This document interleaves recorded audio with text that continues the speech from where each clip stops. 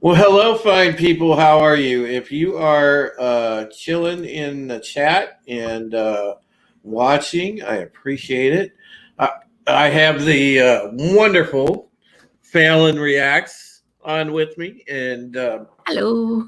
we are going to have an interesting stream tonight because we're going to talk some current events, some politics, and yeah, it's gonna get quite deep because what we're gonna do is we are just gonna discuss the elephant in the room. We're gonna talk about everything that's going on because right now it's a crazy world, and we were just talking backstage about Fallon's upcoming live stream tomorrow, and that's going to be interesting because Oh yeah. she's going to approach it from the edge of Hollywood losing their damn minds, which they have.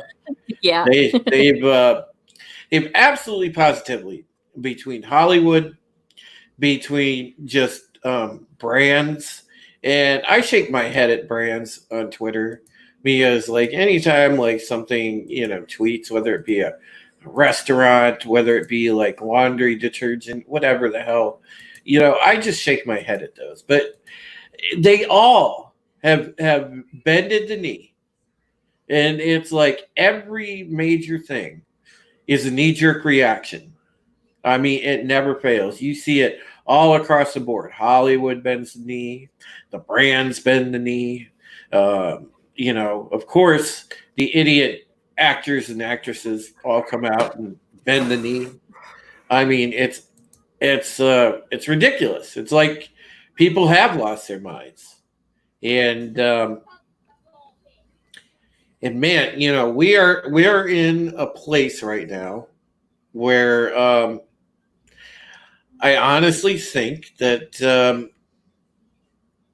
the country is in danger of losing its national identity. Like, we're not going to know who we are in 5 years or less Oh, ain't if that the truth? if we allow all of this to continue to just spread.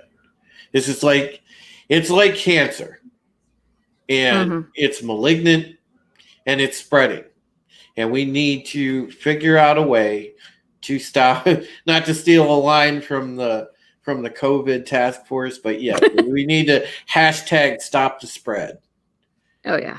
and Um. that's what it is. Your thoughts? Okay. I think one major issue is rage, anger. People are addicted to that. They like being angry. It's like a drug, and I think it's getting worse and worse with some people. Me myself, I really don't like getting really angry and ragey. I get it actually makes me feel sick when it happens. But for other people, it's a drug. Even doctors say it's a drug. All that rage and anger and all that violence. It's I forgot what they said. It was might be the endorphins Mm-hmm. charged up. Oh yeah. So I want to say hi to the chat because we got a lot. Wow, we got a lot of chatters like oh right my off the gosh. bat. Hello. Admiral Oliver Franklin Doom, my esteemed friend. Great to see you. RR, great to see you. Parrot Head, Mando Merc, man, Wookiee Supremacy. Wow, we are off to a hell of a start tonight. Thank you guys for coming in. I see all these folks in my chat, and it's the best chat on YouTube. They're extremely supportive. Everybody's left me kind messages in some form or fashion during my medical issues that I've got going on right now, and I'm so thankful for that. I mean, you guys have really kind of helped keep my spirits up when I've been down. So I really appreciate you. Y'all are good friends, and I'm thankful to have you. Um, yeah, that's cool.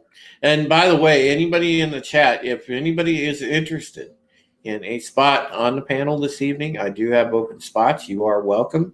Simply let me know in the chat, and I will either Twitter DM you a link, or I'll just throw the link into the YouTube chat itself. But I'd much rather just Twitter DM you. But let me know either way. And of course, if you folks are coming in a couple minutes late, meet the wonderful Fallon Reacts. She has her own YouTube channel, and I can't with my hand all messed up. I can't really type, but if anybody wants to check out her YouTube channel, it is under Fallon Reacts, and she also has 13th Hour Gaming. So subscribe to either one. Actually, subscribe to both. But, So, yeah, like the stuff I've seen on Twitter all day, Fallon. I mean, it's been absolutely nutso bonkers. I mean, it's everything from I'm using air quotes here, quote unquote peaceful protesters marching into a private gated community. Oh my gosh. Yeah, I mean, this is crazy. And I want to pull this up because it's been trending all over Twitter. And we'll go ahead. I saw that when Mecca Random was commenting on it, and I agreed with what she said. If somebody came towards your home, be armed, because people have been attacked. I'm going to call him Ryder because that's what they are. Attacked a guy and his son with a knife, and the guy and his son held him off and tried to wait for the police. Yeah, well, this is like I said, this post apparently has been going viral all over Twitter. It's yes, it is a white couple, and yes, they are obviously well-to-do, because you can tell by their home that they're well-to-do, and I get that. But I'm sorry, I'm on the side of that couple, because nobody has the authority to just wander into a private community and just go and have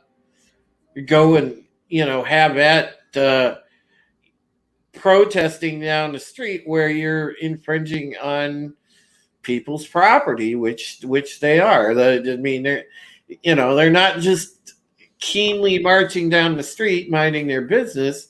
They are looking to, it appears that this protesters are looking to cause some mayhem. Oh, yeah. So we'll go ahead and hang on. Let me screen share. I'm a little out of it because I took some medicine earlier, but understandable. Yeah. Let's see. Chrome tab. Blah blah blah. There we go. All right, so we'll go ahead and we'll play this clip real quick.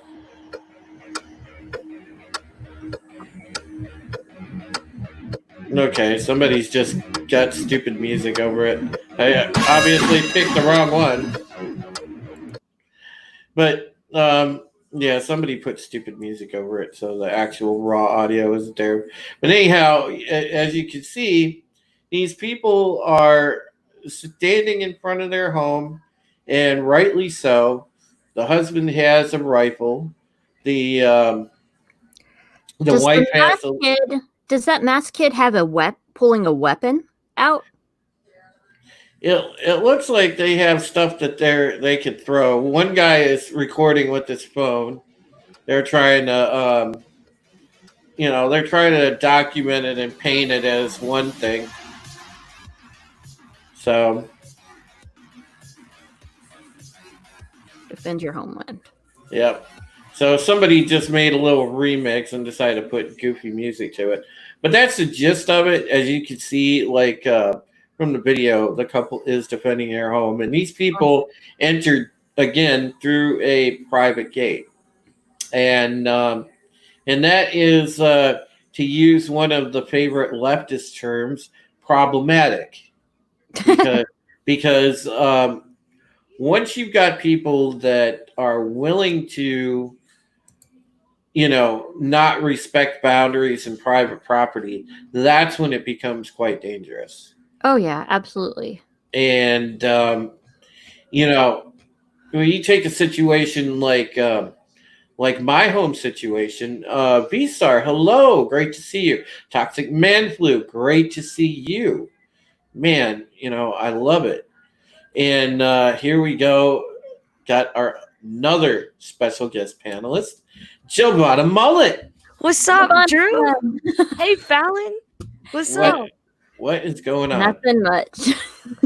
So man, Giovanna, this stream is we have the gloves off tonight. We are talking about current events. We're just going raw dog. We are going in and we're talking about the elephant in the room, because this is stuff that can't be ignored anymore.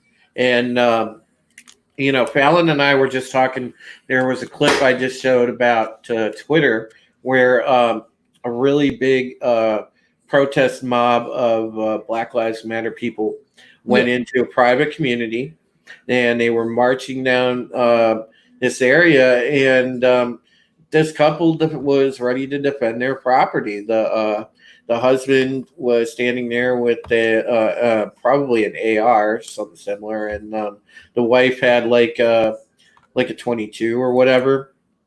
But the more important thing is I think what Fallon and I were saying, you're going to see this scene repeated more and more, especially when you've got communities. Now, Minneapolis actually went through with it. They completely abolished the police. Yeah, and you saw what happened. Like, they apparently started getting threats. The officials, the MN City Council officials, actually got threats, and they went on and used taxpayer dollars to fund their own private security. So my kind of thing with this is that these same like Black Lives Matter people are basically fighting against like people in power and an oppressive system, yet that the people of Minneapolis, their tax dollars, as a result of abolishing the police, which is what some members, not all, of the Black Lives Movement Matter wanted, was this abolish and defund the police thing. But then if that's what's going to happen, that these people in privileged power are going to get privatized security, they're spending $4,500 a day on it, this private security. Yeah, and I think that's just wrong. I think we should all it's just, that's all I'm going to say. And the private security is for them. Where's the security for the actual citizenry? Exactly. And then, do you know what they should have done before they went ahead and got their own private security? What they do, which is, I could understand like from a certain point of view, the defund the police thing. If we're going to allocate that funding to more social services to prevent crime from happening and prevent all these violent altercations with the police, but if you're gonna waste tax dollars on your private security instead of these other social services, which is the point of the defund the police thing, then your message is lost. That the outcome is just not okay. Well, the more important thing here is, I want to ask the question of, how. So what happens? Okay, if somebody like let's say someone has to report a sexual assault or a rape happens, something like that, where's a woman supposed to go now to do that? Police are gone. What is she going to fill out some civil report? That ain't going to work. I think what people were saying is that, personally, I think officers should be more trained to deal with like mental health issues of victims of domestic abuse. But I think one of the proposals from someone who I saw posting about like defunding the police is just having more like social workers get involved with that stuff. But my thing is, if it gets violent, a social worker can't really, get involved because they're not really trained to do that. So they're going to get wrecked. Officers to like be able to deal with it more on a non-violent level. But when it does get violent, yeah, of course, I think we should have the police get involved. And also, sorry, real fast, I saw Toxic Man Flu, you say that there are 2 additional steps necessary to abolish the police. I'm not sure if they actually abolished their police. I think that they just dismantled it and disbanded it for now. I don't know if it's actually like abolished or anything. I think that's just like kind of the saying they're using. Yeah, I'm concerned, like I said, with the way that this is all come about so fast. I mean, it went 100 miles an hour, and I dare say, I understand, that Giovanni, you are a supporter of people, of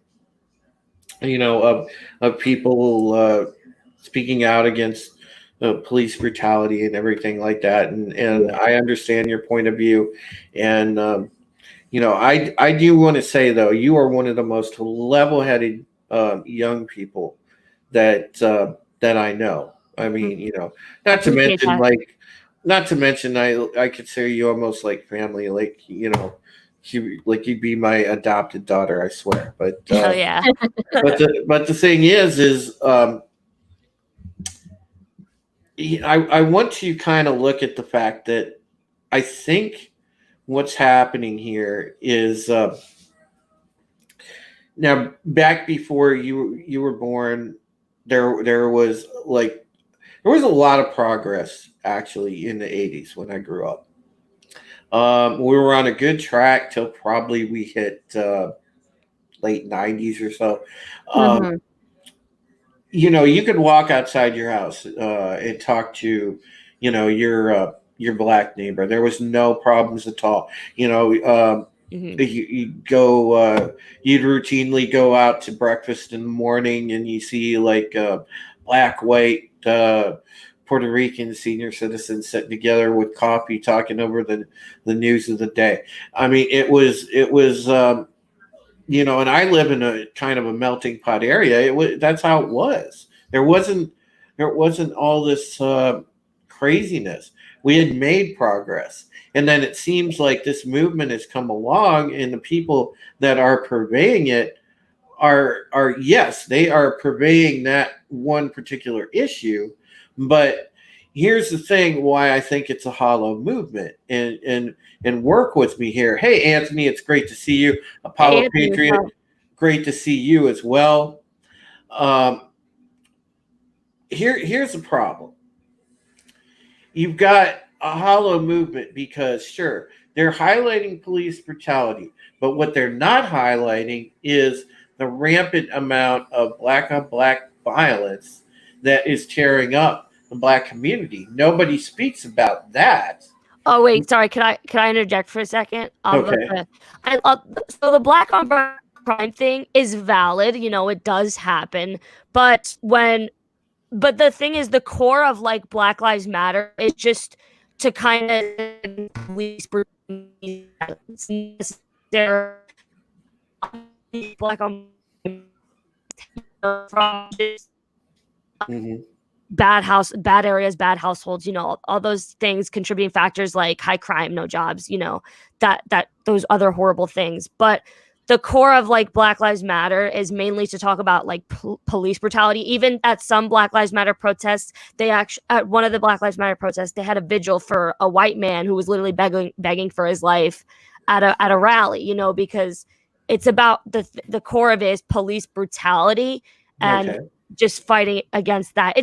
The thing is with Black Lives Matter is that a lot of like the movement has kind of like went too far to the left, I'd say. It got hijacked. That's like kind of my issue with it. I don't think Antifa should be representing Black Lives Matter. I really don't, because those are the people that are really committing the criminal acts of looting and everything. Like my local city just had a Black Lives Matter rally, and it stayed completely peaceful because we stuck to the core of like, when will this violence stop? It's just like police brutality in general, but it's just that black people, since they're more likely, actually, like statistically 2 times 2.5 times more likely to be shot and killed by police than white people. That's the thing. I don't think the core of Black Lives Matter is a Marxist group. I disagree. I do think it was really suspicious that one of the co-founders said that they want to plan a Marxist revolution. I think that's really sketchy. But the words came right out their mouth, though. Yeah, I think it's really sketchy. But like, I was talking with a few friends about it, and they said like that's not really like the goal that most people are trying to go after, and it shouldn't be. Well, here's the thing, Giovanna. I think what it is that you get the hashtag, and you support the actual feeling behind the hashtag, but the organization itself is corrupt. And really and truly, what's happening is they are going to lead people to ruin instead of any progress. And that is what I'm trying to point out, because see, here's the deal. Like if they weren't really kind of like pushing on one issue, I could see that. If you were serious about improving the Black community, you would be banging the table for not only action on police brutality, but again, like I said, you would address, Black on Black violence. You would address the lack of father figures in the home. You would address you would address things like how to, how to get Black people to be successful, teaching people about how to start a small business or, Black entrepreneurship.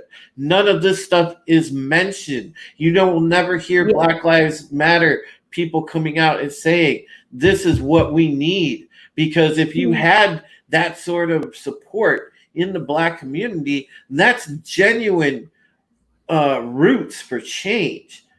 I totally get what you're saying. But exactly. Like, personally, I'm a problem solver just like you, and I wish we focused more on that. But the whole, again, like the core is just the police brutality and everything, and just kind of bringing like the issues of racism up. Like when Morgan Freeman actually said that the way you stop racism is to stop talking about it. I don't think so, because I think racism is taught, and you need to unteach that from people, because look at the George Floyd incident. Obviously people are going to go and complain that like there are people that are saying that, do we have evidence this is racially motivated? But I was looking up stuff about Derek Chauvin, and there's actually evidence of him being really wound up, especially with racial, like he had a lot of racial tensions. So I think that's what kind of drives people to, because they think it's more of a race thing. And also just the criminal justice system. Like, I haven't really fact checked this on my own, so I'm not going to try and spread false information. But with Elijah McClain, and then there was another guy, a white guy, who murdered 12 people. And then Elijah McClain, I don't know if you guys know the story, but he got the police called on him because he looked suspicious at night. He was literally just walking, and they said he was resisting arrest, but there was no body cam evidence that he was. He was like immediately pushed down to the ground by police, but the police simply could have said, hey, you look suspicious. We got a call. What are you doing out here? They didn't do that. They went up to him and they just started being violent. But there was a white guy in that same town who murdered 12 people and was arrested peacefully. That's like where a lot of where the criminal justice, their unfair practices come from. Well, a lot of like those talking points come from. Well, Fallon, what are your thoughts so far? Okay, so I did want to say something in regards to the whole police aspects that Giovanna's been bringing up. And I've heard a lot of people say this, that if instead of defund the police, have them trained better than what they were. We still need police, because I think up in Minneapolis, there is so much crime right now. And I'm sure we'll talk about Seattle later. But you mean Chop? Oh man, I'll never get the image of that. Oh my god. I'll never get the image of that goofy garden out of my mind, man. That was so funny. That's like the funniest thing. That'll be like my favorite highlight of 2020 is the goofy garden. But yeah, I'm like, I agree with the whole. If there is, you are seeing issues within the police, people should be advocating for retraining. Make sure they're not developing bad habits towards anyone. Well, I think you're onto something because I agree with what the president said. There should be more funding for the police. Mm-hmm. I can get on board with that. Increase funding for the police and put it in more background checks. Yes, of course, I am all for that. Yeah, absolutely. Yeah. And that's the way you do it. You have to put funding toward that. Sure, you can reallocate from, instead of buying, so much like tactical gear, overspending on tactical gear that they don't need. Right. Turn it into training. But at least, give them the funding that they need to change around that training. And that's the that's the thing. If I think there should be additional training. I'm with you on that. And that would help.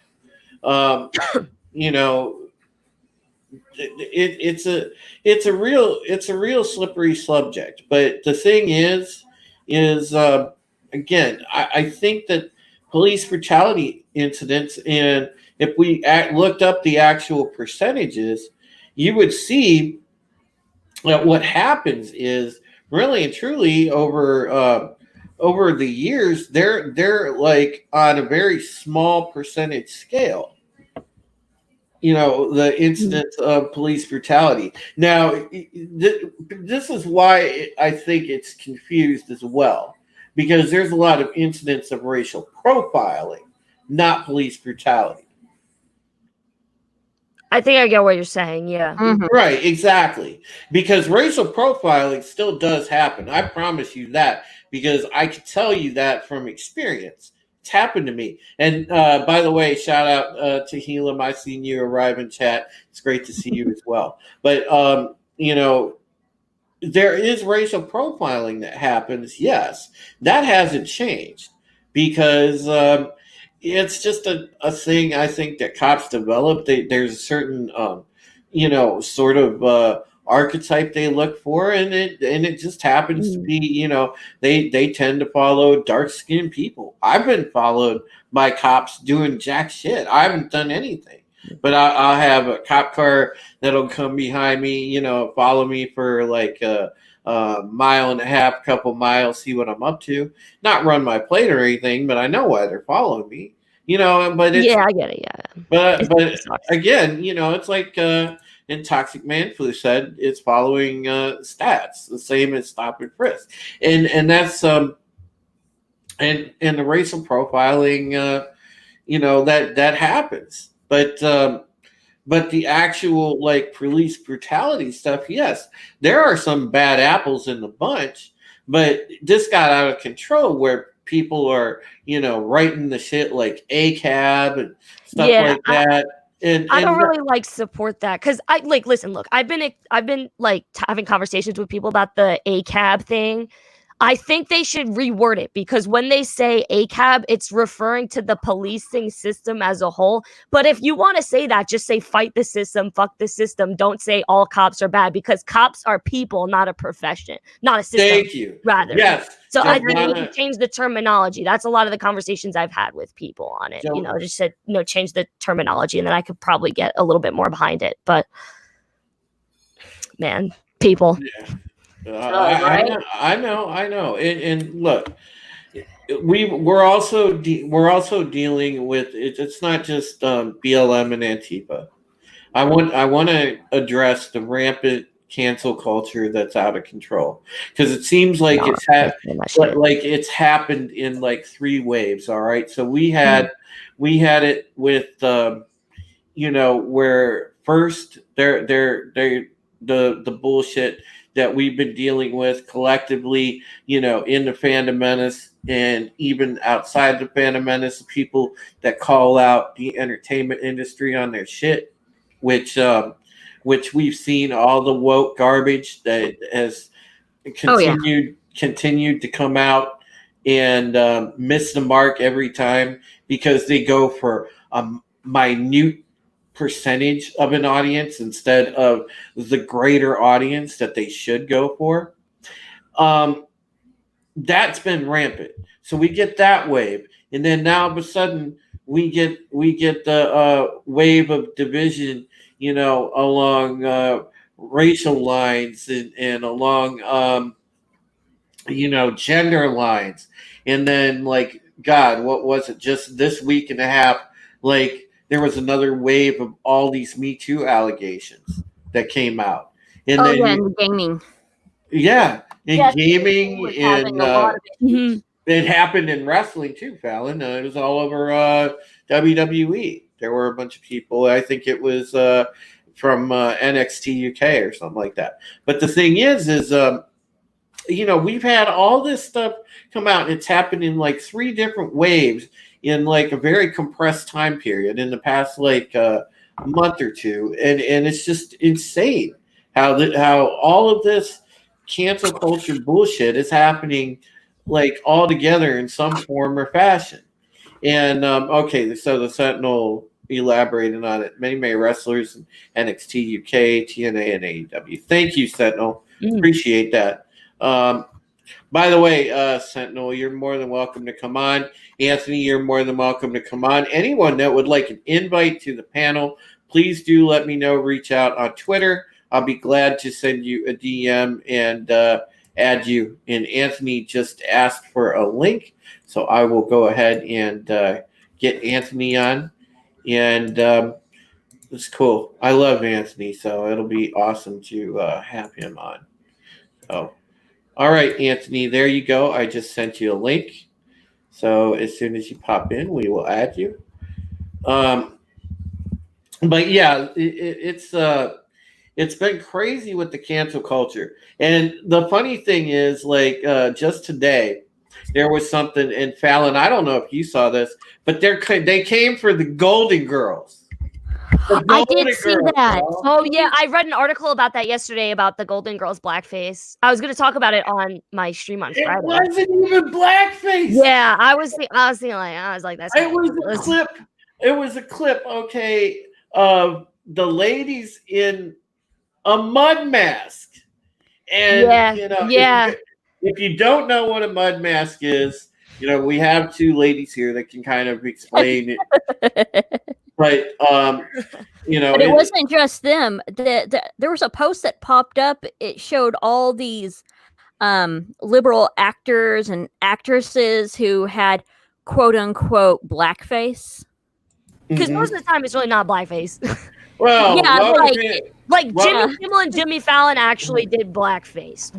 If you interpret that as racist, then okay. I'm personally, it doesn't affect me, so I'm not going to consider it racist. But to a certain degree, I kind of consider it like minimally racist. It's definitely not the worst thing we should be talking about. We should be talking about the levels of like police brutality and everything.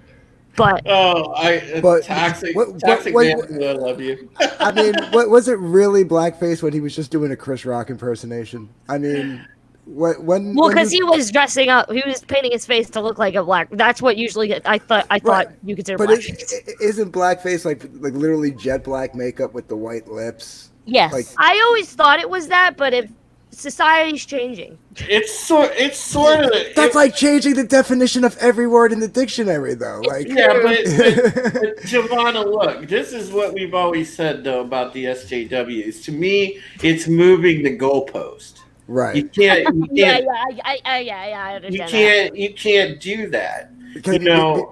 There's consistency. I don't want to derail your stream, but before we move on, just a couple of topics that I wanted to touch on that you guys were talking about. Okay. Before I came on. Absolutely. I said something in the comments, but like when it comes to cops, like I'm glad that Giovanna agreed that they should get more money, not less money, because they need more training. Like they do 4 hours of training a year. Right. Exactly. Yeah. Right.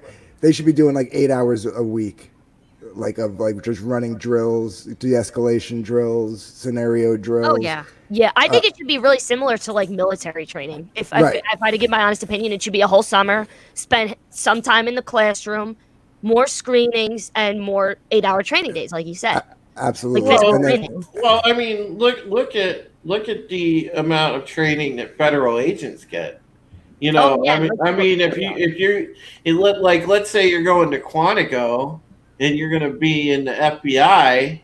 I mean, think about it. How much training does that take? I mean, you go through crazy training. Well, I was just watching. I don't know when it was from. It's got to be recent because they were talking about the current events. But I was just watching one of the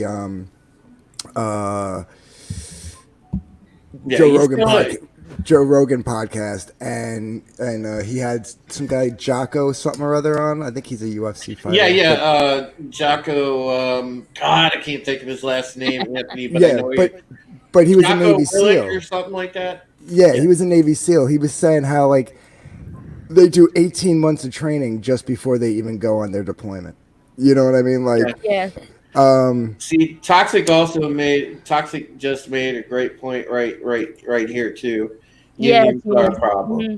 Yeah, unions do become a little bit of an issue, but like, they're talking about like banning the use of chokeholds, which for the cops that are out there now that are not trained properly, I would have to say, yeah, probably. But let's put it this way: if you have a suspect that is getting violent and you're not allowed to put him in a chokehold, somebody's getting shot that day.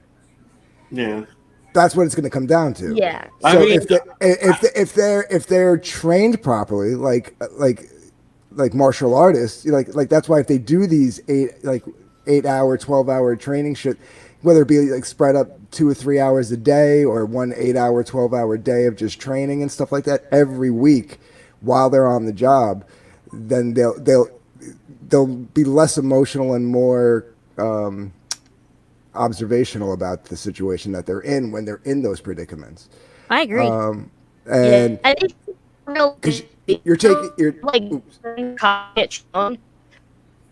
sorry, there was a response there.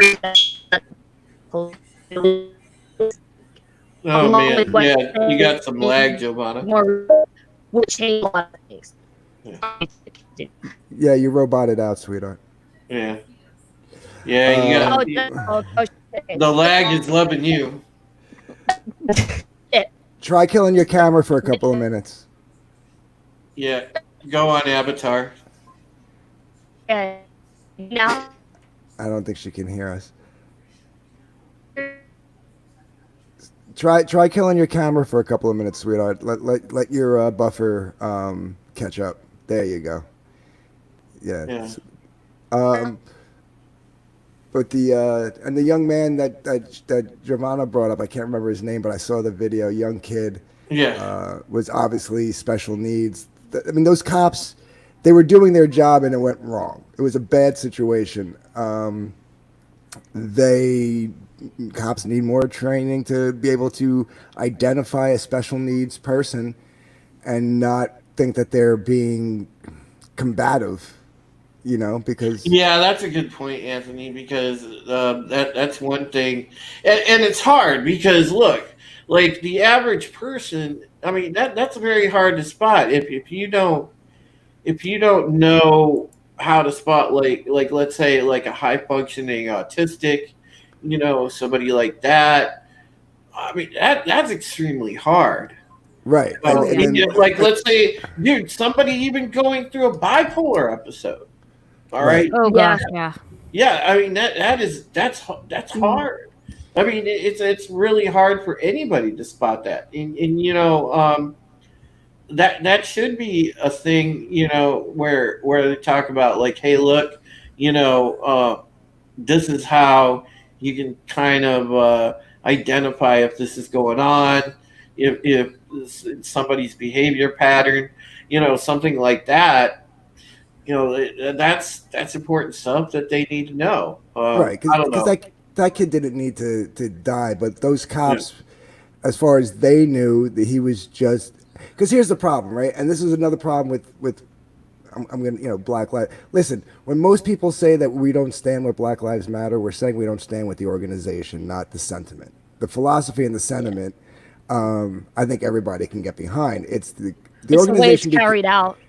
Yeah, what happened was the great grassroots movement when it started. The problem was it lacked true leadership at the time, and it came in, and basically the people who are funding it now. Well, I don't know about that, Anthony. I think they built it off a lie. I still think the Michael Brown case was a joke, and Michael Brown was a friggin' thug, and he deserved what he got. Well, I mean, you call it what it was. I think that they were I think their sentiment, whether they were right or wrong, was honorable. But then they became. But then they then we all know where their money started coming from, and whose agenda started getting pumped into it, and how it became corrupted, and it never had. It never had a chance. Right, it never had a chance. Yeah. Never had a chance. So, but and then with that, why you're seeing like this rise, I think why you're seeing a current rise in these confrontations between police and black people especially, but a lot of other people of color, is because Black Lives Matter put it in their head that they don't have to stand for it. So now instead of people, when the cop stops them and says, like you're doing, okay, put your hands behind your back or do this, they automatically start getting argumentative. Mm-hmm. Yeah. I think that's the thing with like protesters too. Like obviously there's a lot of unlawful violence that has happened with the protests, but then there's the people who go around and think they're the shit because the cops are just standing there. They think they could spit in cops' faces. They think they could go. Like one of my friends was driving home from work, and there was actually a rally that he had no idea was happening, and he got a gun pointed at him. Like that I think is unjust. Well, let's not conflate. That's the problem with what's going on with the media right now. Let's not conflate the two sets of people that are out there. There's the protesters, and then there's the rioters. Yeah, I'm with you. Exactly. Okay. Yeah. And the media is calling them all protesters. Yeah. Well, listen, you guys are smart enough. We're all smart enough because, again, it's what we do.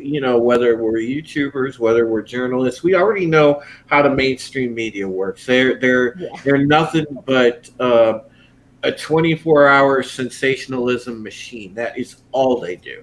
They whip people up. They stoke fear. They're a crony corporation too. It's all they do. It is all they do. So also, you can't trust the mainstream something media. Real quick. Sure, go ahead, Fallon.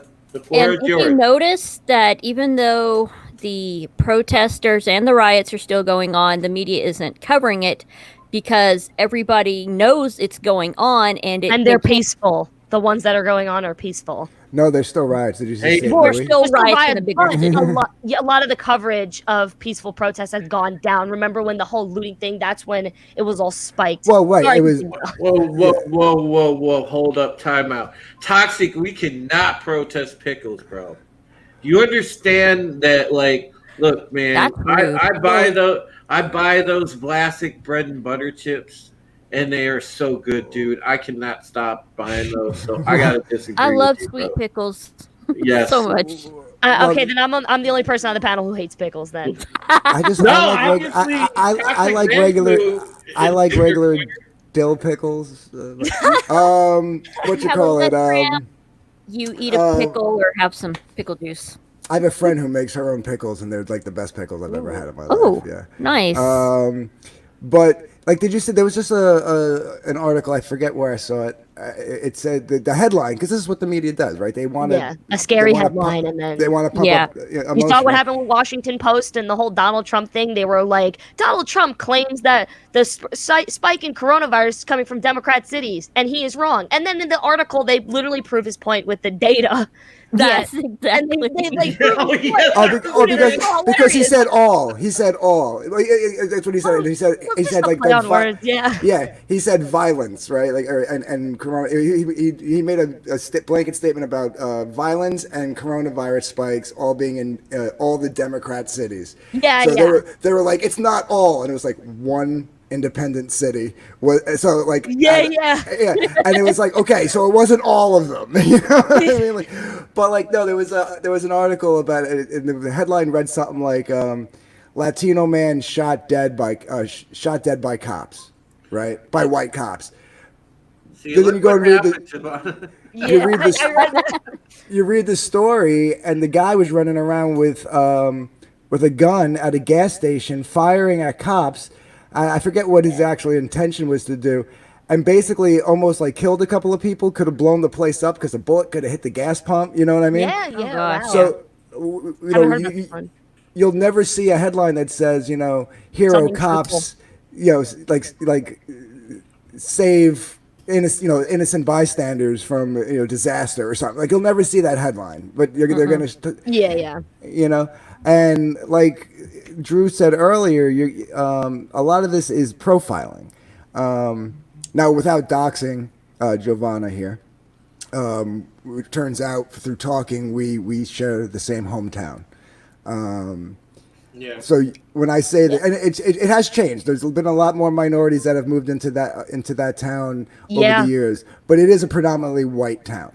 And especially when I was growing up there, like I remember when I went to high school, maybe 15 black kids, a handful of Asians. You know what I mean? Like it wasn't, it was a predominantly white town, and I was having this. Rip my Asian representation. I was having this like conversation with a buddy of mine on Facebook, and one of his friends was saying, who actually lives in a town right next door to our old hometown, was saying stuff about like the systemic racism and the police. I'm like, it's profiling. It's not white privilege I was like. Because when I was growing up in a predominantly white town, I can't wait to eventually poke holes in that myth. Right, but like what I said, I go, it's kind of funny, Brian. I go, when we were growing up, because he's like, it's your white privilege that you don't get followed through a store, or have to worry about a cop pulling you over, and this, that, and the other thing. Blah blah. And I was like, that's kind of funny because when we were growing up, we'd walk through the store and get followed because we were, that they thought we were going to steal. We'd get pulled over if we were in the bad part of town, and we'd get, get funny looks as we were walking down the street late at night. And it wasn't because it wasn't the color of our skin. It was that we had long hair, leather jackets, and ripped jeans. It was we were, you know what I mean? Like that's what they profiled in our town. Like we were the burnouts. Yeah, you know what I mean? So right, and like I go to this, and it happens so often that to this day in my 40s, when I'm driving down the street and there's a cop behind me, I still like tense up. Or if I'm walking to a store and they don't have what I want or what I need, and I'm leaving without purchasing something, I feel like I have to make it somehow known that I didn't steal. You know what I mean? Like, You remember Anthony, like in high school, like. The kids that would wear like ripped jeans and a Metallica shirt and would be the ones like and would be like the ones at the smokers corner outside, or in the boys' room. Yeah, right, exactly. And you know how we would be looked at. We would be looked at because that was me, dude. I would be wearing freaking ripped jeans, a Skid Row shirt, smoking freaking cigarette. That was how it was. Yeah, but they didn't have like they didn't. So we were the crime element in our town, So there were the punks with the long hair and going around, vandalizing buildings, stealing car radios out of other people's cars. Oh gosh. So I mean, so when they saw anybody dressed like us, we got met. I shit you not. The day I cut my hair, I literally have not gotten pulled over for anything that I shouldn't have been pulled over for since the day I cut my hair. And I had long hair for 18 years. I didn't cut it until 2012. So I was getting pulled over for like bullshit up until 2012. It was funny. Like it was different for me because, like the burnouts, headbangers in my school where like, we had our group, but there was like, still I mean, I legit when I went to more of a public high school that I live in a melting pot city. Like the city I live in, Ohio, bro, it's a melting pot city. So there's like very large Puerto Rican population, black population, white population, and well, then there's me. I'm like the token Asian, but the thing is like in high school, I mean, that was the height of like Crips and Bloods there. There was a lot of gang activity around here. So we had a lot of like Crip and Blood offshoot type of. We had a lot of biker gang. Yeah, we had a lot of Crip and Blood offshoots over here. So the cops. We had a go-go bar called Club 516. I think it's still there. Yeah, it's still there. Yeah, it was a big biker bar back in the day. Yeah, bikers still go there. I drive past there. There's still some. I mean, it's obviously like because of COVID shit show. This COVID shit show, like nobody's really been going. But I remember seeing people pull up with bikers when I was younger. Yeah, well, thankfully it stopped becoming like a actual like club for like a certain a hangout for a certain club. But there used to be a sign on the front door that said no colors. Like so, basically, if you were wearing your biker jacket, you had to leave it on your bike. You couldn't bring it in. But to continue my point really quickly, yeah, like the thing in my high school was like, yeah, people kind of knew like the gangs, like.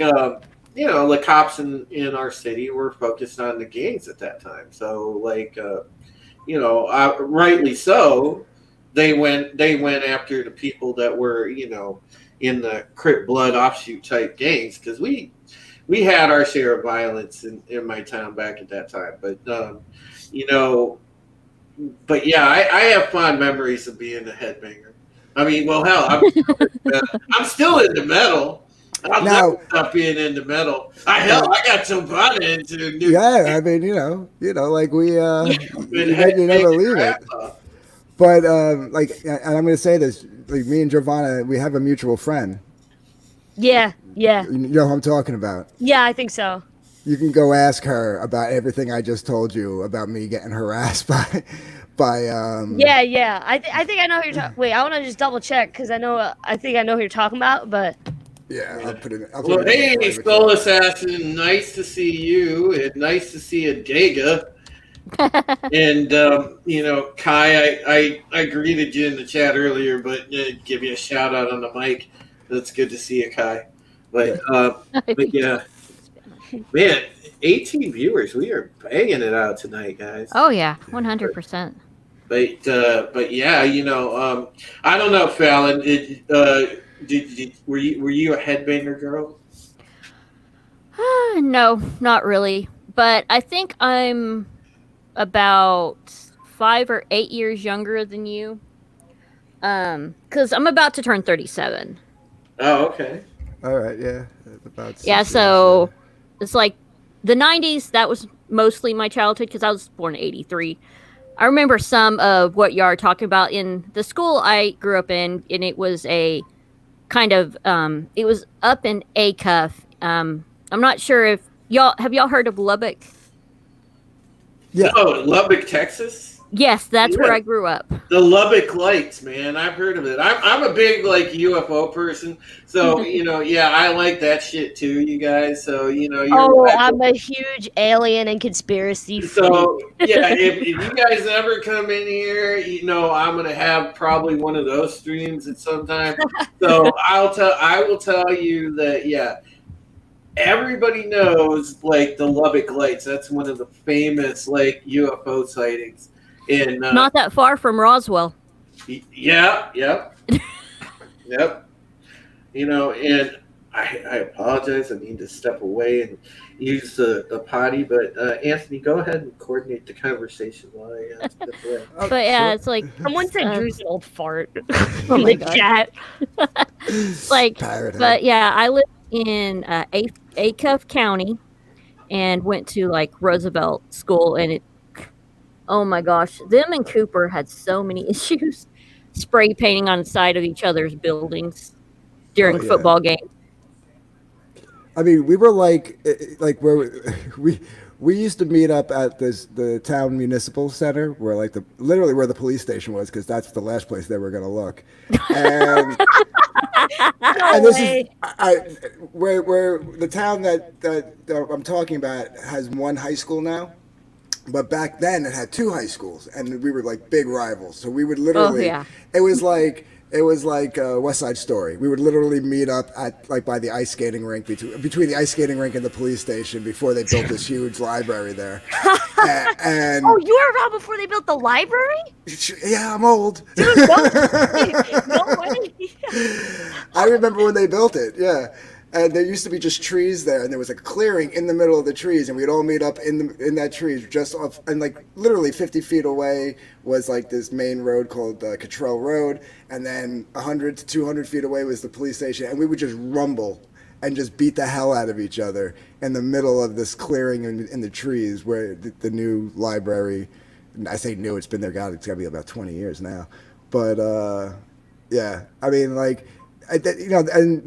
So they rightfully profiled us when we would be like, and we were known to walk. And this is when cigarettes were still like, they weren't behind the counter. Like if you went into Food Town, they'd be like right where like the candy is in the checkout lanes.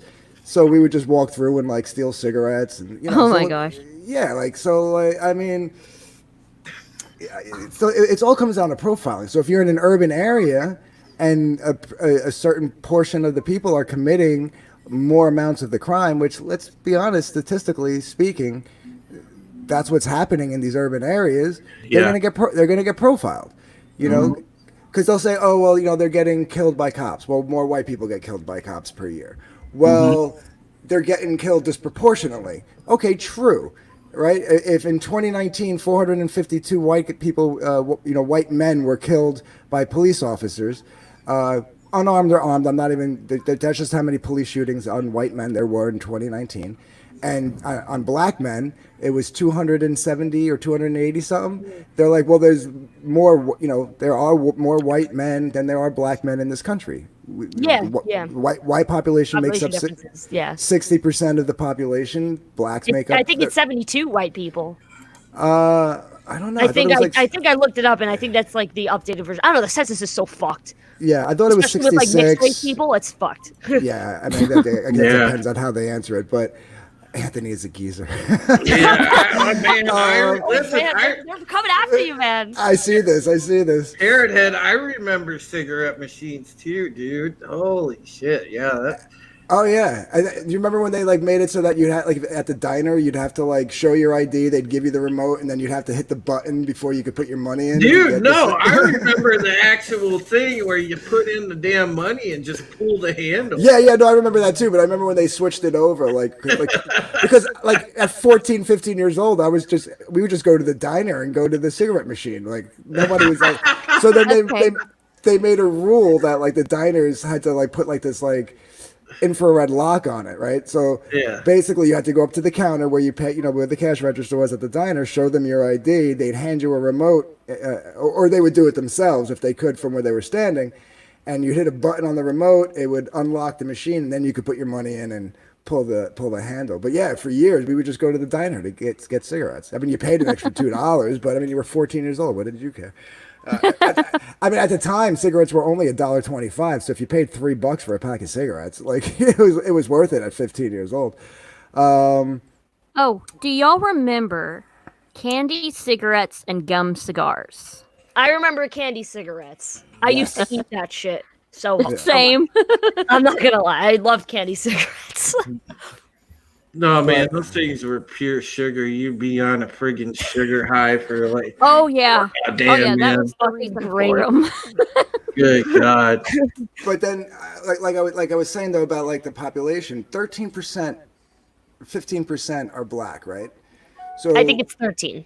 Right. Like I mean, same shit, but yeah, right in that area. But they're committing 50% of the crimes in the country. I mean, that's just a statistical fact. So are they going to be disproportionately killed by a cop if they're doing something they shouldn't be doing? Probably, right? This whole systemic racism thing, this is the problem. It's all verbiage. It's all vernacular that people are clashing over. Because it's not systemic racism. It's systemic unbalance. Well, what happened is they've taken racism and this whole thing, and I've poked holes in this plenty of times, and this is what I believe. Like, social justice is at its core noble, but it's also built on a lot of bullshit because, like, justice doesn't need a qualifier. Because exactly. Any change should happen organically. There should be a natural progression toward it.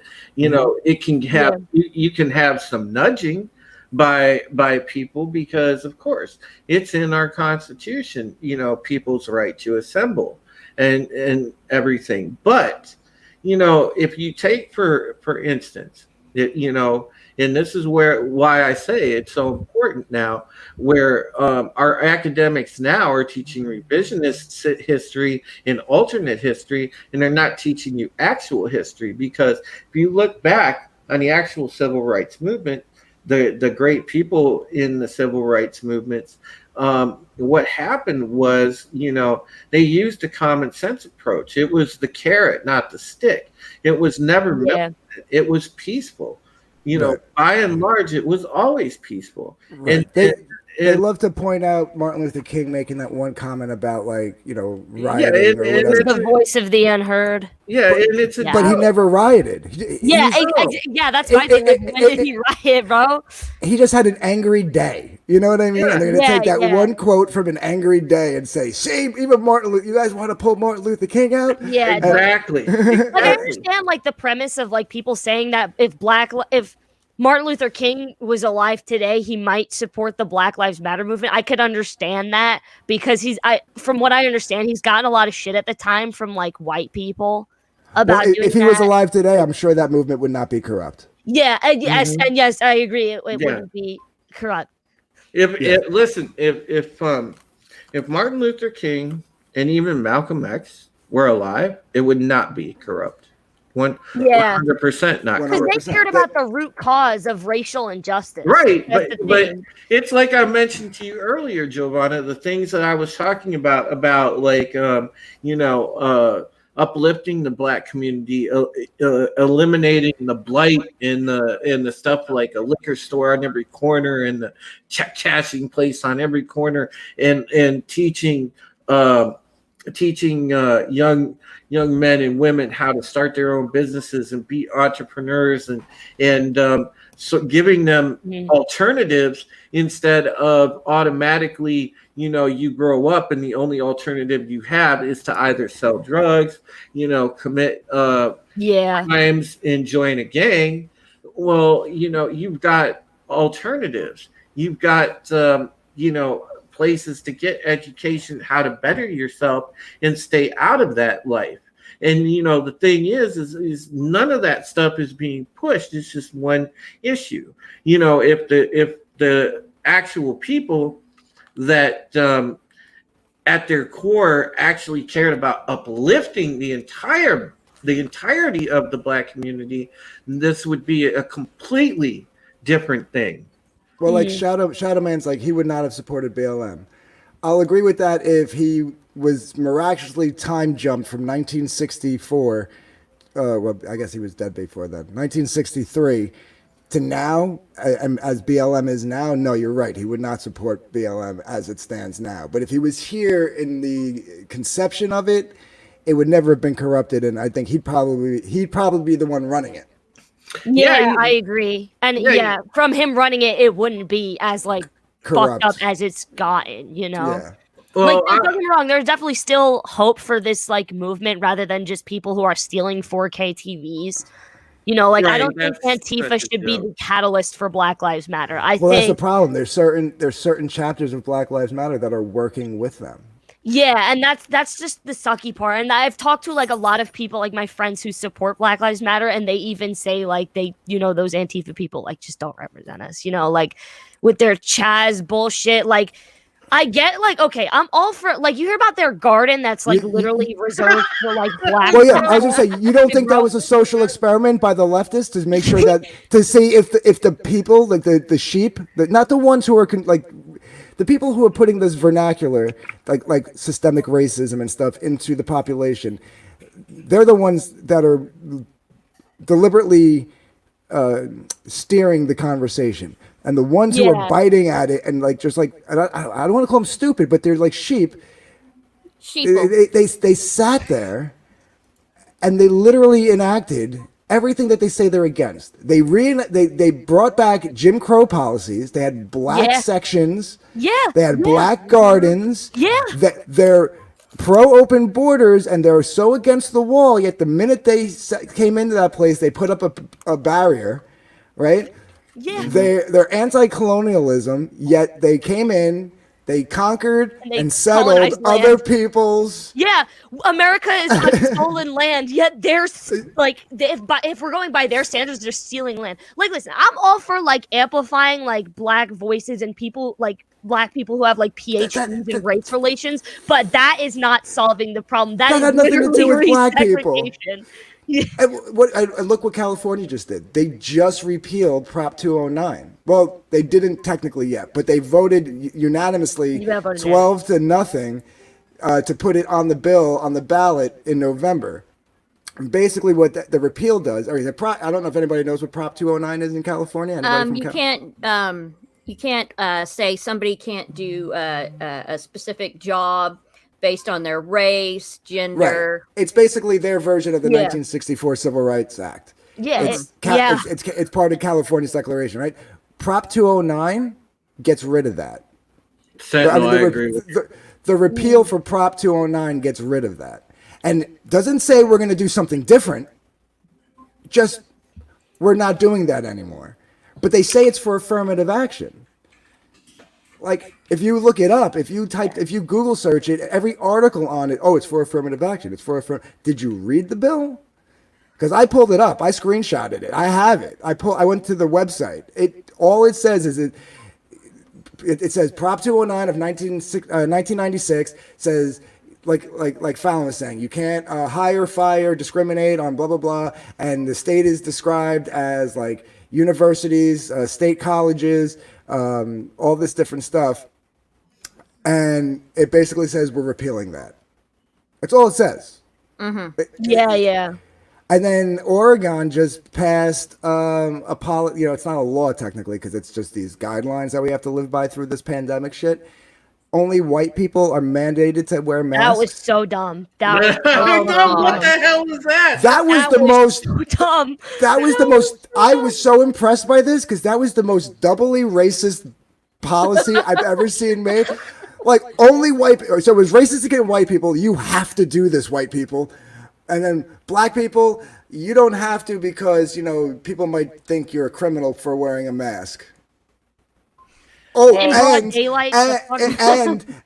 so not only was that racist towards them, but it wasn't like the big thing like COVID affects people of color more. Like, isn't that like one of their big talking points? It's because they just in those minority communities they happen to have less access to healthcare. I think that's why. Well, that and they're crowded. I get it, right? Yeah.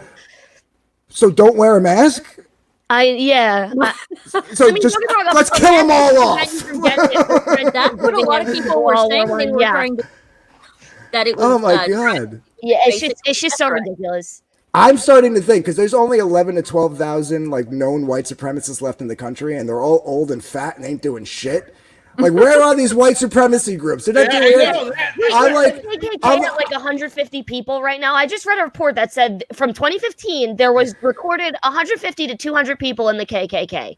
Right. There's like literally like 11,000 left in the country as far as like white supremacy groups go. 11,000 people. I think there's a neo-Nazi group, but I think that's the only really active one. Yeah. I'm starting to think the rest of them are just pretending to be leftists. Yeah, because they're bringing back segregated laws. Well, here's the thing. They're pushing for segregated laws. Yeah. Well, here's the thing. you see all this, lunacy and craziness. It's all in blue cities. Like Wookie just asked, why knock down Lincoln? Because it has nothing to do with race. It's all about taking down. That's a whole different story. Yeah, the thing is fucking they're using this race thing as a distraction. They're trying to take down America. They're trying to bring in communism. The race thing. Yeah, the race thing is an entry point. Once they it's a distraction. It's all like I said. It's all vernacular. Once they got that entry point, now they're starting to push the other thing. And I can blow the thing about Black Lives Matter out of the water right now. And I did this. I showed this on John Talks, but I'm going to bring this up again because there was a tweet in. And I put it out earlier today. It was a retweet that I put out, and I can show. Like Toxic said, because this is a class. That's what I was saying. Like when you use the word systemic racism, the word racism invokes a conscious effort to oppress somebody. And when a non-racist hears that, they're automatically going to be defensive.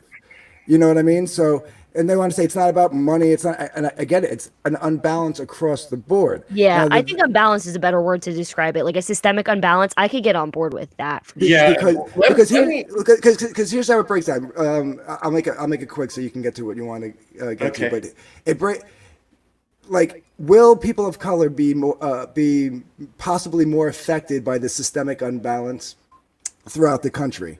Probably yes, especially in urban areas where they are the lower class. Excuse me. They're the poor. They're in the on the lower rung of the wealth in these urban cities, right? But if you go into the South and the Midwest, where there's less black people or less people of color and more whites, whites are the poorest race in the country because we just happen to be the bigger percentage of the country. Yeah, we have to be the biggest percentage. Yeah. But if you go into the middle of the country, they're the ones that are poor. They're the ones that are committing crimes, right? So they're the ones that are being affected by the systemic imbalance just as equal and being harassed by the cops just as equally as the people of color in urban cities. Now, going back to people of color, can their cause of unbalance be directly attributed by a direct line from today back to Jim Crow laws and then even past that to slavery? Absolutely 100%. They got freed, they got their civil rights, they had affirmative action, and they got set, okay, go. And they were like well behind the starting line, right? So I get it. But at this point, 60 years later, this whole unbalance has converged amongst all the races, and there's no distinction anymore. It's just across the board. It's a class unbalance, and it doesn't matter what color your skin is. If you fall below a certain tax bracket or even a certain amount of annual income a year, you're gonna probably turn to a life of crime. You're probably gonna start doing stuff. If you're gonna be living in shitty areas and shitty neighborhoods of your specific states and areas, and cops are gonna profile you on that. And that's where this all comes down from. And if you want to fix it, you have to fix it that way. You can't fix it based on race. Well, listen, Anthony, you also have to blame, to a degree, the politicians who essentially destroyed the middle class completely. They actually added to this, and then and listen, that's bipartisan, right? What does Shadow say? The affluent middle and upper middle class of racial minorities goes completely ignored as though they exactly. That's true. Mm-hmm. They're not poor. They're not uneducated. Everyone wants to pretend like they don't exist, and if they do speak up, they're a race traitor, or it's like. I don't. I don't want to get. I saw something where somebody was like, privilege is, they were basically going real harsh on like people like in urban cities that are of a different race getting like welfare and assistance and free cell phones because they make and it's true. I mean, it is true. So like. Man, that was funny, Anthony. Just now, you sounded like Kurt Angle. You were like, "It's true." That was great. But look. Yeah, Shadow Man. I've seen Shadow Man on Twitter do with that. People yelling at him, going because he's like saying, "Dude, I don't know what the hell you're talking about." He's like, when you say that there's this white privilege and that it's holding black people down, what does that say about the people who actually made it? That are of people, does that invalidate them? You know what I mean? Like that takes away their struggle, and it takes away anybody's. Like, I was a welfare baby. I was one of the only white families in our welfare office in Brooklyn. Me and my mother and my sister, who was like 6 months old, I was like 5 years old, sitting in line at the welfare office with a bunch of Hispanic and black people, and they were some of the coolest people I've ever met in my life. And then when we walked out of that office, all those eyes, those people that judged us coming out, they didn't care that we were white. They were looking at my mother. They were looking at my mother with the same disdain as they were looking at the black lady walking out next to us. And that black lady turned around to my mother and said, don't let them make you feel bad. You're doing what you need to do for those babies. I remember her saying that to my mother. Well, listen, I'm when I was a kid, my family would have been considered upper middle class. Now since 2011 or so, 2012, once my father passed away in 2012, and I'd been taking, a number of you guys, my story, that I'm living here with just my mom now. I take care of her. I'm her caregiver full time, and my only income I have is just the little paltry shit that I make off of writing for Bounding into Comics and working from home. The actual thing, and I have the letter from the doctor is, I'm officially her caregiver because my mom, she has leukemia. She's a heart patient. She has got a ton of damage from strokes. She can't hear in one ear. She can't see out of one eye, and she's in bad shape. And it takes a lot to take care of her. Once my dad passed away from his cancer that he had, because he had colon cancer and he passed away. It was done because my mom was reduced to just getting her Social Security. She got half of my dad's Army pension, and that's it. And my goodness, we were stuck on barely anything because all the expenses, the house payment, the car payment, everything else. It's just ridiculous. For me, I have no medical insurance, so this whole thing that I've been going through, and I'm not proud of it, but I'm on assistance right now. I'm on Medicaid insurance that I've been going through all this bullshit. It's the only way that I could get all this stuff taken care of. And thank God that I have it, because if I didn't, I'd be fucked. Because I can't pay for private insurance right now. It's just no way. It's not for a lack of wanting to. It's just the cards I've been dealt. Believe me, look, I hate being on assistance. I'm the first one. I've got a work ethic. I don't want to be on this shit, but I have to be because I need that insurance to be able to get treatment. Otherwise I wouldn't be able to get treatment right now. And sure, I understand. My mom and I are not even we're not even middle class anymore. We're in low class. We're scraping. There's been times we've had to go to food banks. And I can relate, man. I took care of my grandmother for a year when she was dying, and I have nothing wrong with me, but the state, I could have gone to the state because I was her caregiver and gotten money through the state to get paid to be her caregiver. Thankfully I had my mother and my aunt. I didn't need to do that. Basically they covered all my bills. They covered my car insurance, my cell phone bill. They gave me money. I only had one day a week to really go do anything anyway. So I thankfully didn't have to, but I get it because if they weren't around, if like they didn't come by once a week to drop off some cash and groceries and stuff, I would have had to.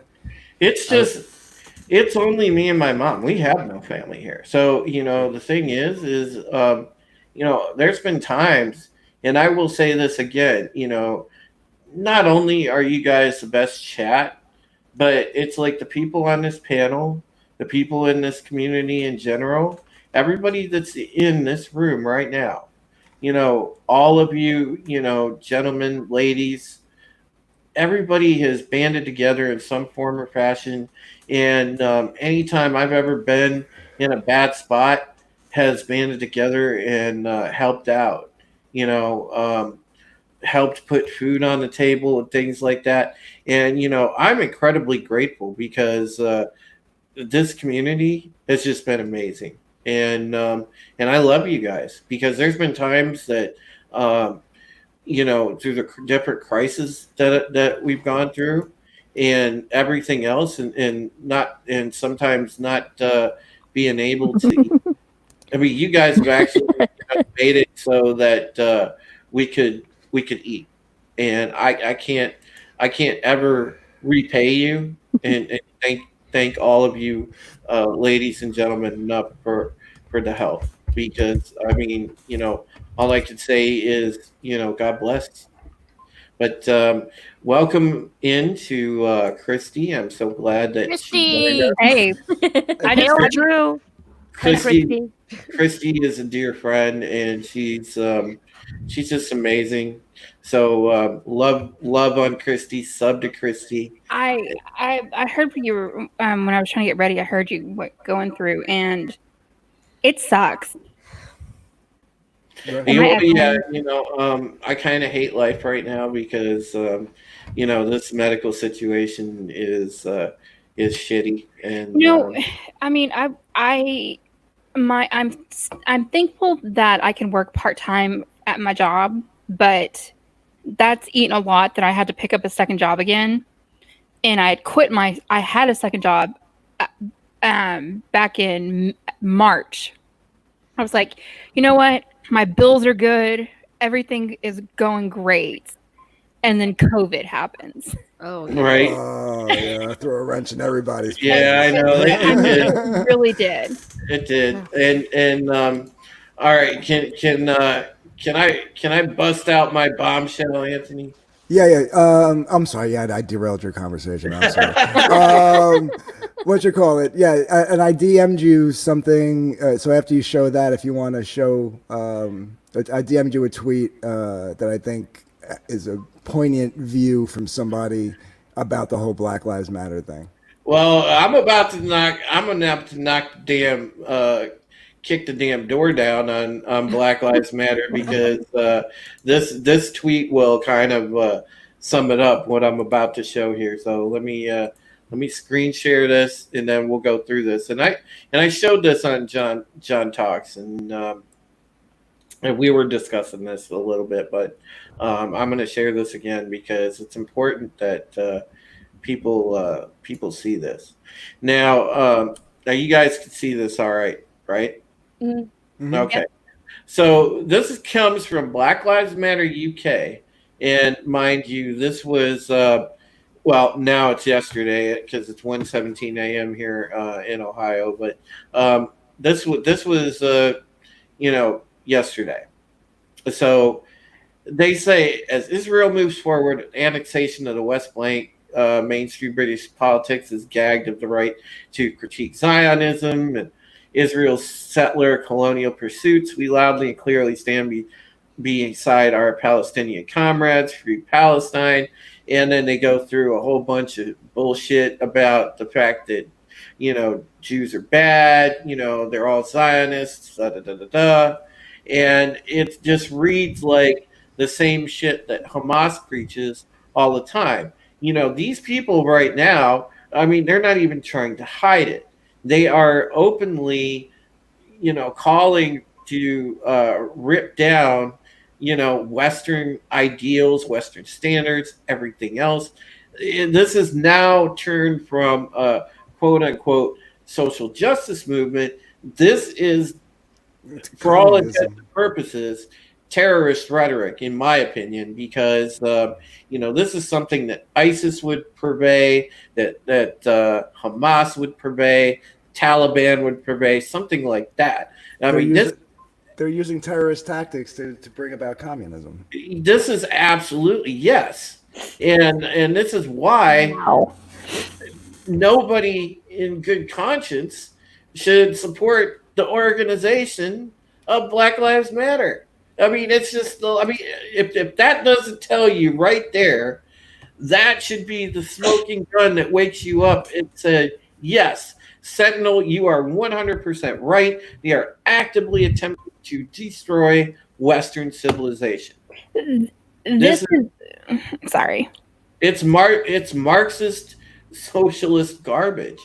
Marxist was the biggest anti-Semite and racist next to Hitler. I'm not even kidding. I forget what interview it was, but I was listening to this yesterday after my live stream, and it was one of the, I guess you could founders, one of the three black ladies, like they are equivalently basically said trained Marxist. And she said that in 2015, I think, when the whole thing was just starting. Yeah, 2015, 2016. Kind of concerning. Now, depending on how you are and what you know about with Palestine and Israel and stuff like that, technically the government of Israel is doing the same thing to Palestine, is what happened essentially with another country taking them over and everything like that. And I saw that, and I'm like, what? I'm looking at it right now, and I'm just reading through everything of this tweet for the Black Lives Matter UK account, and that has nothing to do with Black Lives Matter. No, it doesn't, and it shouldn't be brought up into it. Like, that's what we're saying. That's what we're pointing out. This whole thing has been, a Trojan horse. It's like somebody playing that. Remember the old shell game they play with you on the street, to try to hustle, and they're like, hey, look, if you get it this time, man, you can win back your money. You get it this time, you can win back your money, but you ain't never win shit because it's rigged. That's all this is, man. This is all a big shell game. It's all a Trojan horse. And that's what I'm trying to point out. Well, who's one of the biggest funders of Black Lives Matter? George Soros. Well, the Clinton Foundation. Yeah. Well, yeah. Who's the biggest funder of Antifa? George Soros. Isn't it George Soros? Yeah. Yes, it is. Sketchy. Who has some of the biggest stakes in 3 out of the 4 major news outlets? George Soros. Yeah, exactly. Who's pushing for Black Lives Matter Antifa to be these golden child of the American people? The media. Yeah. Well, follow the money. Just follow the money. That's what you have to do is follow the money. And I would like to point out, because I'm more what you would call centrist, I guess, centrist, independent, whatever. Me too. Yeah. But I try to follow the money with both sides, with both political parties, and it's honestly, with Giovanna, with kids Giovanna's age and everything like that, I wish they knew more about it than like what she's talking about, just coming on here, just talking about it and just expanding what they knew. All right. I want to welcome Kai on board and let him chime in on it. But Kai, before I introduce you, Fallon, if you want to chime in on the topic real quick, because you've been quiet. Oh, I'm just mostly listening to what everybody else is saying. I was just thinking, the anti-Semitism is strong with the BLM. Yeah, exactly. All right, Kai, welcome on in. Go ahead. How's it going, everybody? Hey, what's up? Good. Nice to meet you, brother. I haven't probably talked to you. Cool to meet you. Nice to meet all of you as well. Honestly, I feel like I remember when the whole BLM thing started. It was, what was it, like 2012? It was like around the time of the Arab Spring and all that stuff. Mm-hmm. And the thing is, not to interrupt you really quick, Kai, but right now this is our Arab Spring. Yeah. But go ahead. I hear you. But because I'm very easily distracted, I'm gonna stay focused on what I was saying.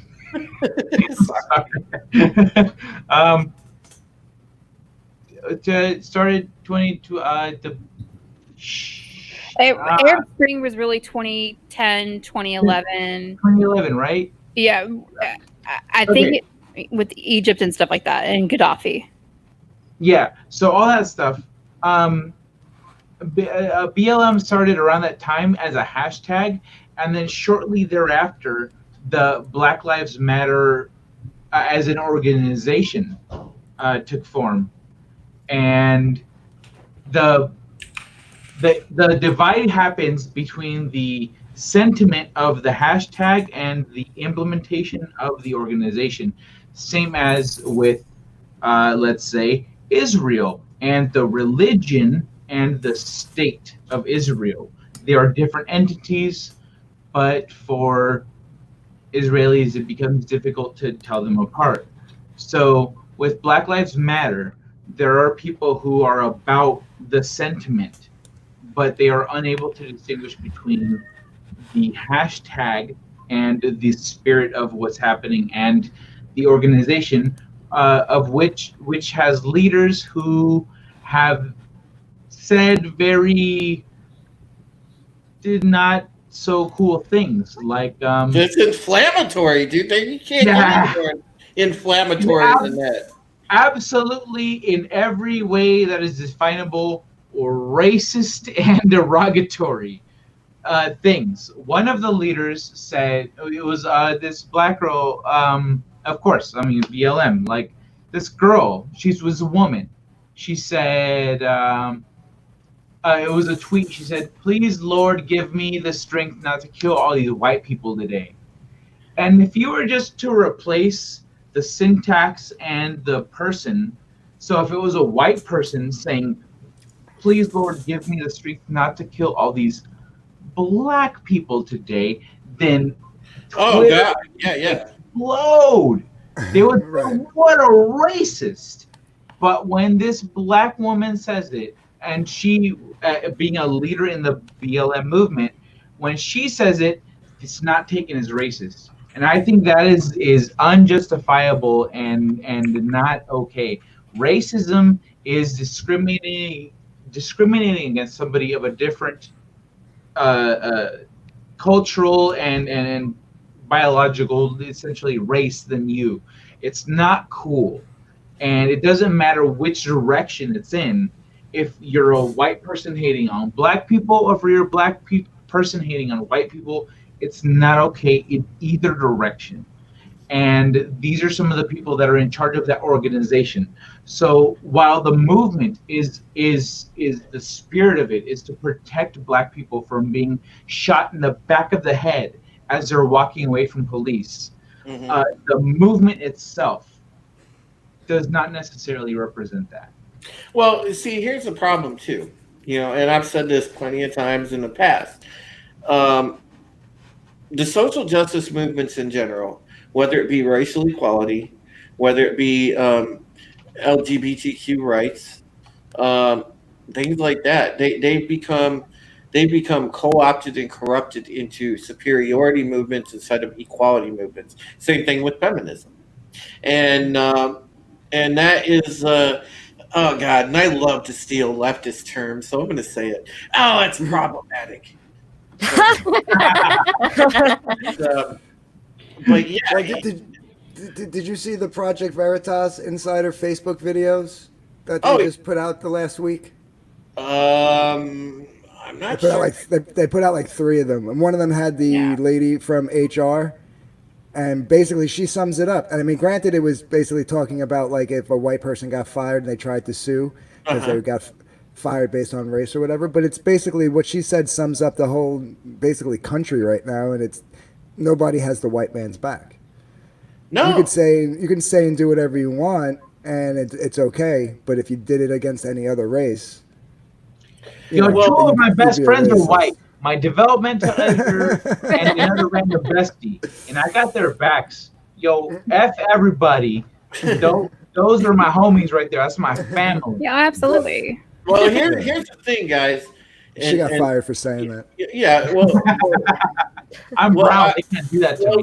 The gist of it, ladies and gentlemen, and this is what is so important, chat and panel. I hope, it is my sincere hope, because as a human being, I have a good heart. I love everyone, and I don't want to see people that are ignorant to the fact that they're being used, goaded into starting a civil war. And I'm hoping that that's not going to be the case here. But I mean, all the signs. I hate to break it to you. It already started. Yeah. Oh, I know. I know, Anthony. But I want to have hope. Yeah. Because I believe in the human spirit. I believe that there's good in everyone. I try to. It's not going to be like the Civil War that we had 160 years like ago, the actual Civil War. Yeah. It's not going to be North and South lined up on a battlefield. It's going to be little insurrections popping up all over. You're going to have white supremacists trying to take advantage of it. You're going to have Antifa and Black Lives Matter try to take advantage of it, and you're just going to have what I called the sheep before. Again, I don't like using that term because I don't want to say that people are inherently stupid, but they're inherently manipulated. I'll use a better term, Anthony. It's the useful idiots. Yeah. Right. And they're gonna fight along the side that they deem, and it's gonna be the idiots like those of us who are in the center, whether you're center right or center left, that are gonna get hurt in all of this. Yeah. I got accused of on Twitter. I got accused of being a Dixiecrat. I got accused of being I got accused of being a neo-Nazi, and I voted Democrat all my life. You know what a Dixiecrat is? My high school sweetheart no is. clue, but it sounds bad. Always called me some left wing, and she lives in. She's a Texan girl through and through. She was raised in California, but she is a Texan girl, and she has always said, "Oh, you and your leftist politics and stuff." And right now, I'm getting in fights with people on the left and with people on the right, and they both accuse me of being on the other side. Absolutely. Oh yeah, that's what they do. That's what all the party loyalists do. They accuse you of, oh, you are a socialist. Oh, you're this disgusting alt-right. That's what they do. It's because they're all drummed up in this media narrative. The media is causing this divide. It's been happening with the two-party system over the years. It really comes down, honestly, to a lack of communication and a lack of empathy for other people. We are unwilling to a lack of civility. Well, exactly, yeah. Well, you know what, Kai. Here, look, I'll tell you about what it's like for us at Bounding into Comics, on a daily basis.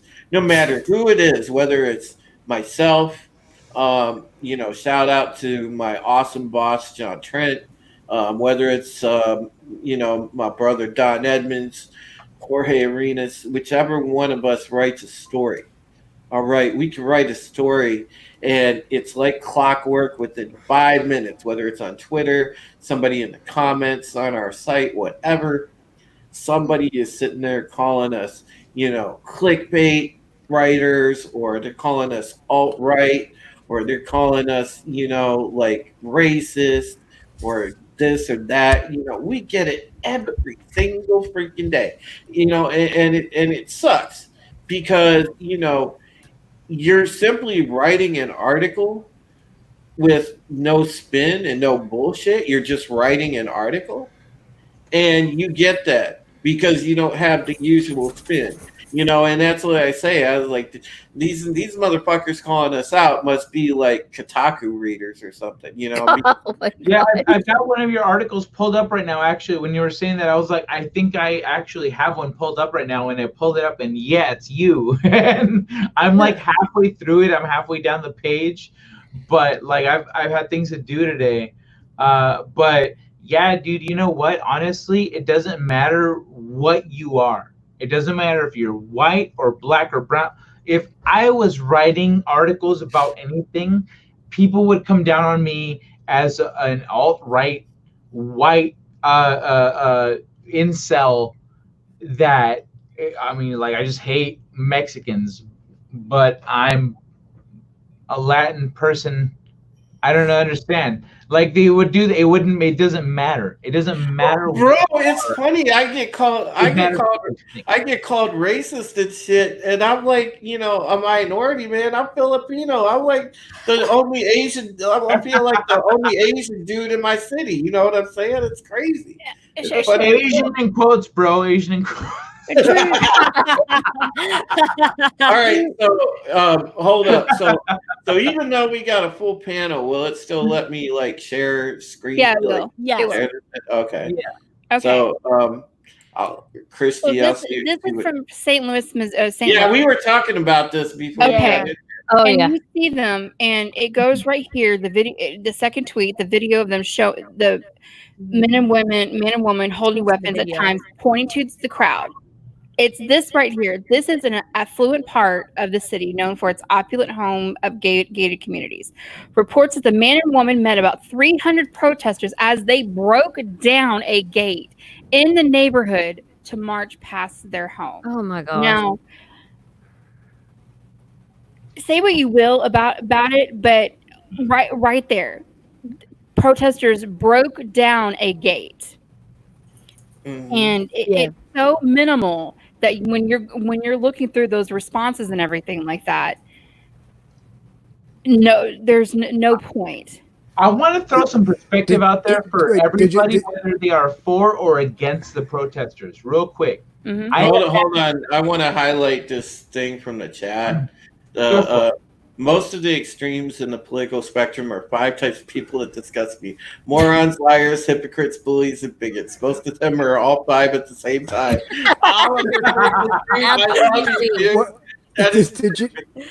Did you see the one guy when they were talking about that couple? The one guy who was like calling to get their name, their address, their business. He wanted to like bring their business down and like get them.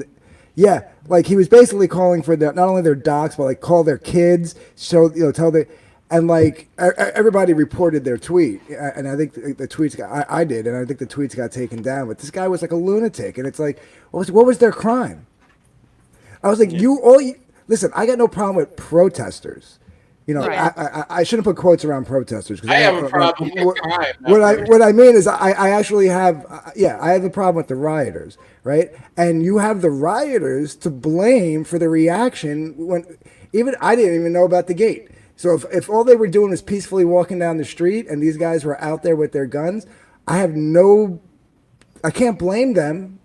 Everything they're seeing on the news is every time there's a protest, not 2 days later, people are burning things down and breaking windows. And so you have the rioters to blame for this response to a protest. Do you not see the connection here? It's a little more complicated than that, but wasn't there something? I forgot. You know what? I'm going to get a refill. I'll be back in a minute. I feel like we were on another topic entirely. And then we're talking about the spirit of the protests, and I got lost somewhere. That's the issue. I mean, they're the spirit of the protest. I mean, that's their first fucking amendment, right? To everything like that. Absolutely. I mean, I don't care what anybody says. We can bitch about the United States. Not a lot of places have that as their first amendment. Yeah. And were the founding fathers all great and stuff like that? Hell no. Should we condemn them for owning slaves? And you're saying all men should be free, but at the same time, the slaves couldn't be free? Absolutely. We should condemn that and everything like that. But like I said, you better believe with it being just me and my elderly mom here, you better damn well believe. I mean, I'm locked and loaded. Oh, absolutely. Me too. I guarantee you, right now, I walk in the other room, my 6 hour is loaded with hollow points. So I'm not. I literally, with everything going on, I literally looked at, because I have a mark on my record, so I wasn't sure if I was able to, but it turns out I am. So, oh my God. I was just looking into it today. I'm thinking about getting one finally. Yeah. Yeah, Anthony, I'm telling you, best thing if you're just looking to defend the house, hell, you don't even need to buy a rifle. Just pick up a nice 9mm. I saw the pistol that it's in my price range. I don't want to go too cheap, but I can't go too expensive. There you go. So I got 2 Glocks. All right. So, so Anthony, give me context on this clip. And I'll go ahead and play this thing that you. It's a woman. This is different. This isn't what I sent you. But I'll share both. This way you don't have to worry about it. This is just another thing. And I know, Giovanna, you were saying like they're black. BLM. Their whole thing is about police brutality. But let me ask you something. If you were an ice cream shop and a little kid came in and said they needed help, would you turn them away because you're just an ice cream shop? Yeah. Probably not. I mean, just because I'm a good person, that's just me intrinsically. Okay. I can't speak for everyone else. No, I hear that. So all I'm saying is, just because I know that's what you were saying. This is a man. He's a father of a murdered. His teenage son was murdered by an illegal immigrant, and basically Black Lives Matter told him, we only handle cops. And because they were in California with their loose immigration laws, they basically told him he needed to stay silent. Well, I just say this. I think that's an issue. First of all, I think that's a problem because Black Lives Matter shouldn't be exclusive. And second of all, I've actually spoken out and said, and I've put on my social media walls that I think we should include the children in Chicago that are murdered daily, like the 100 black people murdered daily in Chicago. We should include them in Black Lives Matter. Yeah, that's just my thing. If you're going to talk about Black lives, it has to be all Black lives. It has to be the black trans women. It has to be the black kids in Chicago. It has to be this person murdered by an illegal immigrant. They shouldn't it's police brutality. But go ahead. Go ahead. I want to add to what Giovanna is saying. And a lot of Latinos, people forget that the slave trade wasn't just in North America. It was in Central America and South America as well. And my grandma is Afro-Latina.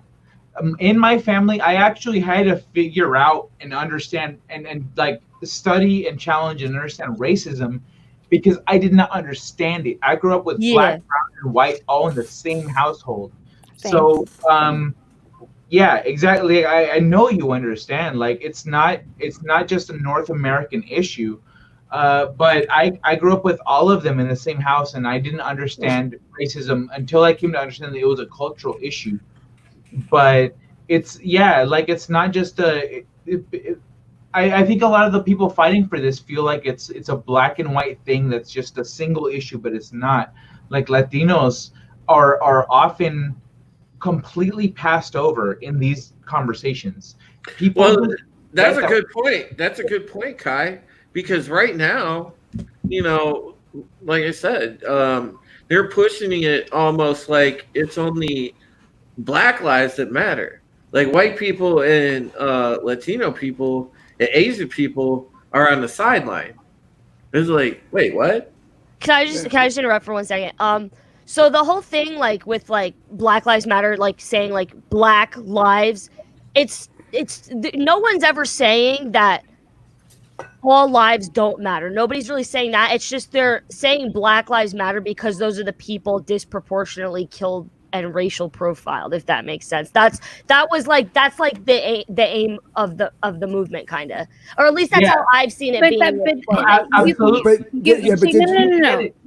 But it's not as bad as black people. Black people get it worse than we do. Absolutely. Yeah. That's what it's in reference. I'm not as scared as they are. I'm kind of scared, but I know I could talk my way out of it. I have my eyes help, but generally speaking, we don't have it as bad. Yeah. Do you when you have somebody did you hear about the soccer player, his wife? She was just trying to be all lives matter, and she was just trying to be good intention and stuff like that. Yeah. Right.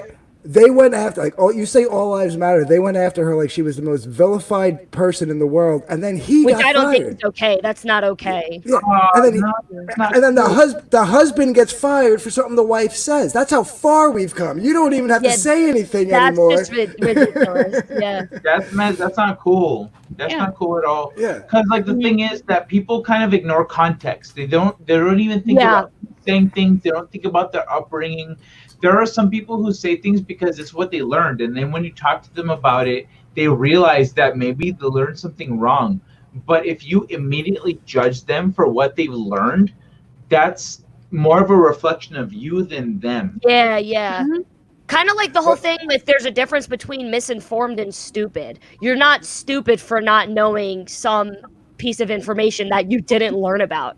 Exactly. I think people are too quick to judge. It's just we pick up different information. Like some people literally get their politics off of social media, while others are more informed and actually go to the resource you have on your phone, the app literally called news. People like myself scroll through that and actually try to get stuff from credible sources. Well, but then that's another thing, though. You have Fox News that's right. You have CNN that's left.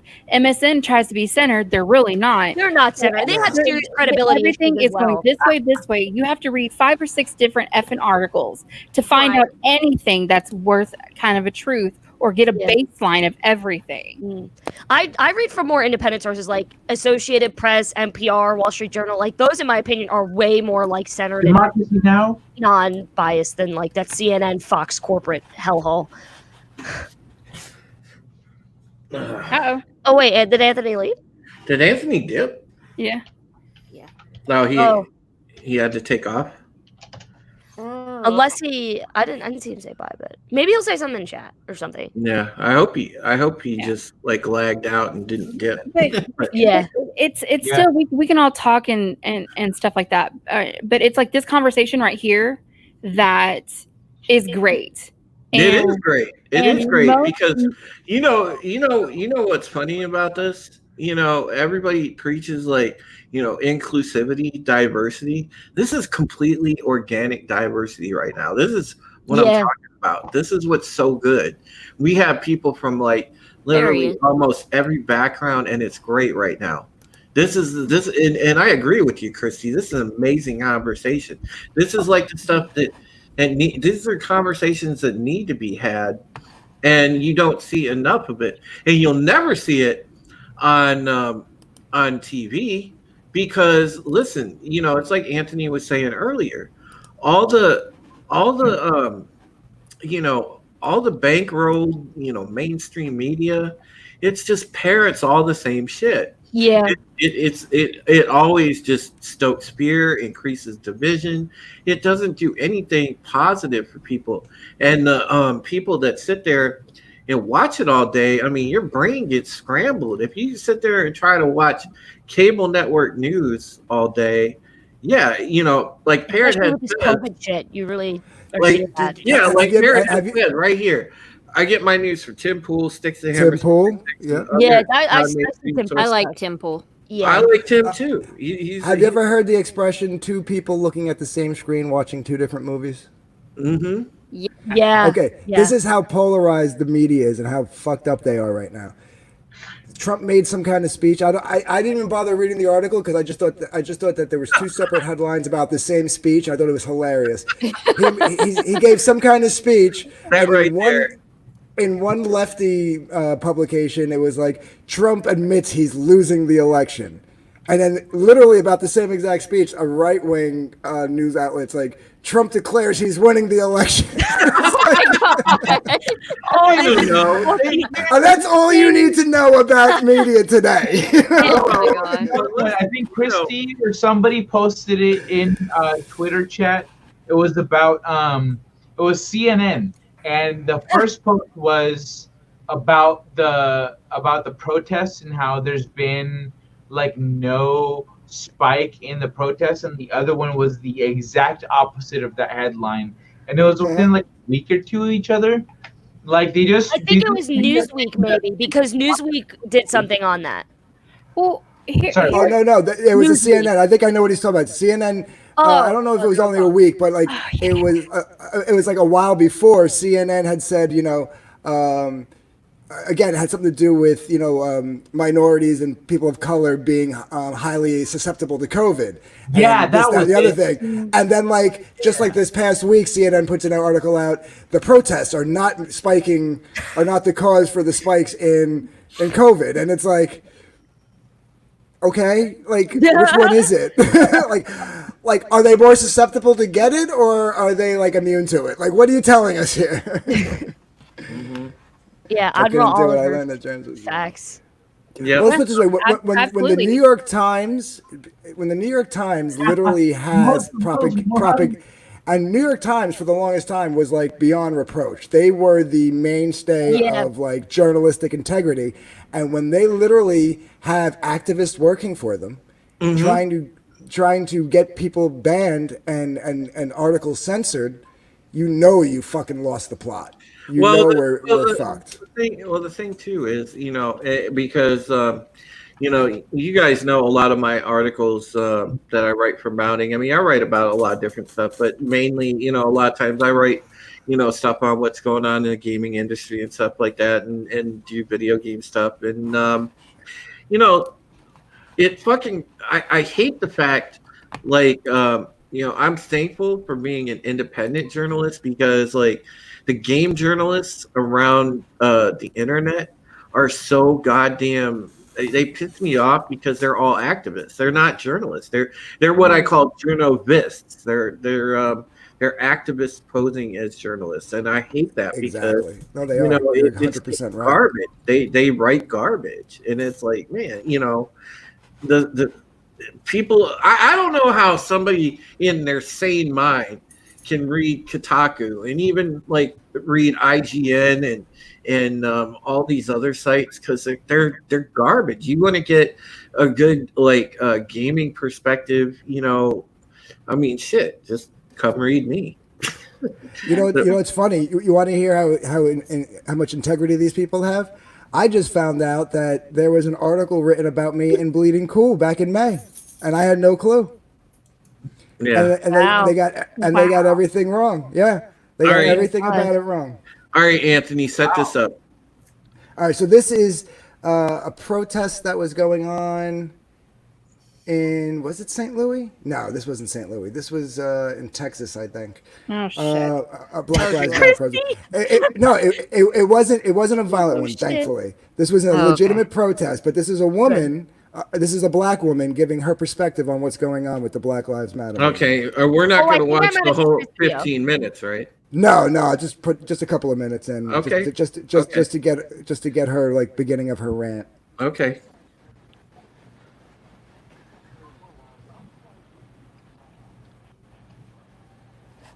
Did you share the audio? I did. She's not talking right now. So it was a small little protest. Oh, that's small, all right. I see 3 people. Look at that. 3 out of 4 of those cops are black. And all the protesters are white. Yeah. Mm-hmm. All right, here she goes. Sorry. I was going to fast forward.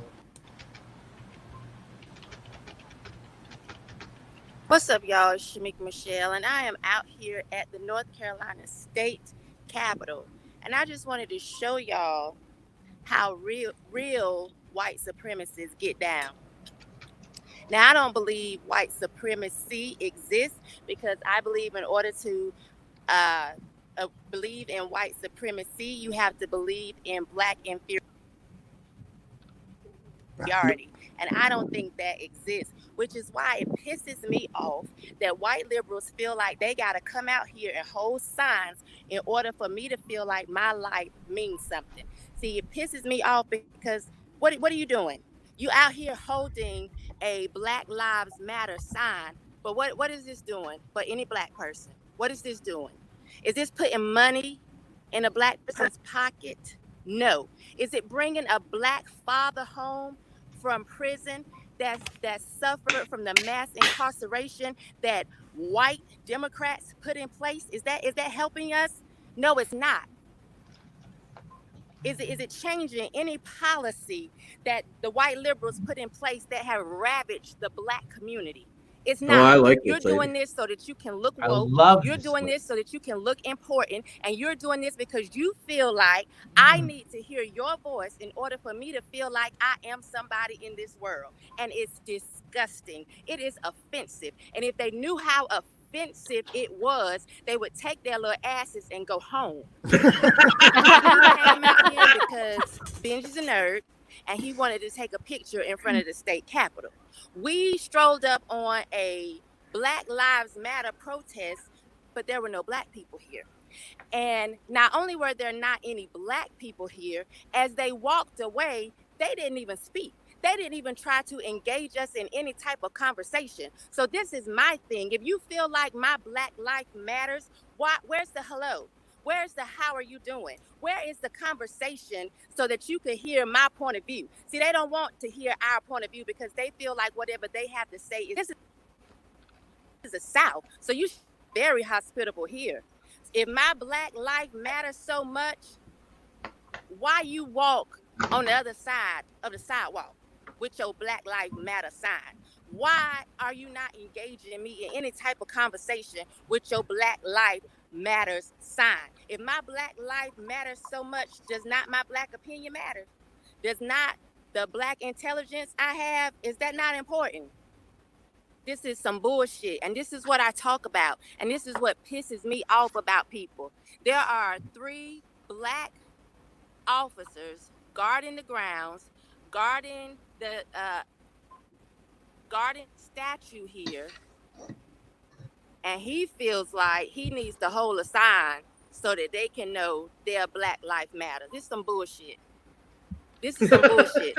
All the Democrats want to do is push this whole race narrative. You know why? Because they know Joe Biden is not capable of running the country. They know that Joe Biden would not be capable of winning an election on his own. If we were to let Biden actually talk about policies, he wouldn't have anything to say to Black people except I apologize for the way I participated in the 1994 crime bill, which pushed mass incarceration. That's all Joe Biden has to say. Yeah. So what they want to do right now is You dropped a bomb. Racist narrative, so we can just, oh, Trump is racist, oh, Republicans are racist. So if we focus on race, we won't see that they have a candidate who is not capable of running the country. That's how stupid they think we are. That's how ignorant white liberals think Black people are. We can't talk about policies. You don't want to tell me how taxes would help me. You don't want to tell me how school choice would benefit my Black kids. We can't talk about that. We can't talk about how Planned Parenthood is only in Black communities. We can't talk about that. All you want to talk about is slavery. All you want to talk about is the Jim Crow era. All you want to talk about is my Black skin and my Black skin and my Black life and my Black skin matters. When I already know that. I already know that. All right. Yo, I just want to say real quick. Like, every Sunday, I try to do a trivia game show that just forgets that the rest of the world exists. I try to have some fun. On a personal level, I love this stuff. I love talking about it. I love like politics, religion, anything taboo, anything that progresses our philosophy, our empathy for other people. I love all that. I'm a humanist through and through. I grew up on Star Trek and Babylon 5. I love all that. But like on my show, I try to just none of that exists. But I love everything she was saying. Hold up really quick. Christy, I do an open mic. Oops, I gave you a wrench, didn't I? Yeah. Yeah. What? Can you drop my PayPal, honey? Yeah, I do an open mic on Mondays for the same reason, just to get away from, even if it's just like drama within like the communities and stuff, when people start fighting amongst each other, I'm like, just everybody come over, let's jam out, have a good time. Yeah. and forget about Sounds like it. In terms of just mental every health, day. you need something to escape all this stress that Yeah. everyone has these days. Is ridiculous. I had somebody drop out of my show today on Friday night, late Friday night, because he couldn't inject politics into my show. I said, no. I'm creating a fun space where we're just playing the game. He said, well, then I'm gonna have to bow out. And Gosh.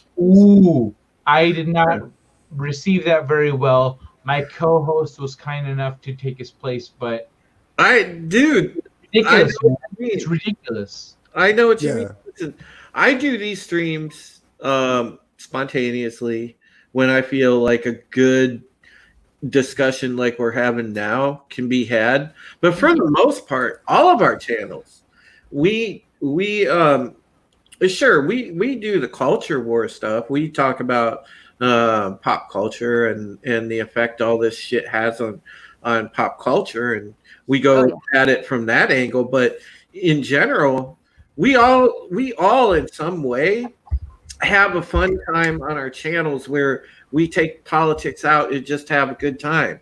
Like Christy does for people at Walmart streams. Mhm. Hilarious. Oh my gosh. I love those. You have to, because I can go from like the Queen's Council stuff again, where we try to have fun, to me planning to do a live stream about strictly like politics and stuff like that. And I let anybody on as long as you're not overly rude. And I've only ever had to tell one person to get the F off, like, and ban them and stuff like that. Then they proceeded to spam my chat. Oh my god. Yeah, but the thing is like, you know, we all know how to find that balance, because you know, in general, everyone in this community in general is friendly, has a good core, has a good heart behind them, and you know, they like to have fun. I mean, you know, in a perfect world, we shouldn't need to be having these conversations, but they're good to have when, you know, especially when it's important like this, when, you know, when we see, you know, the world kind of in trouble around us. Well, you know, you address the elephant in the room, sure.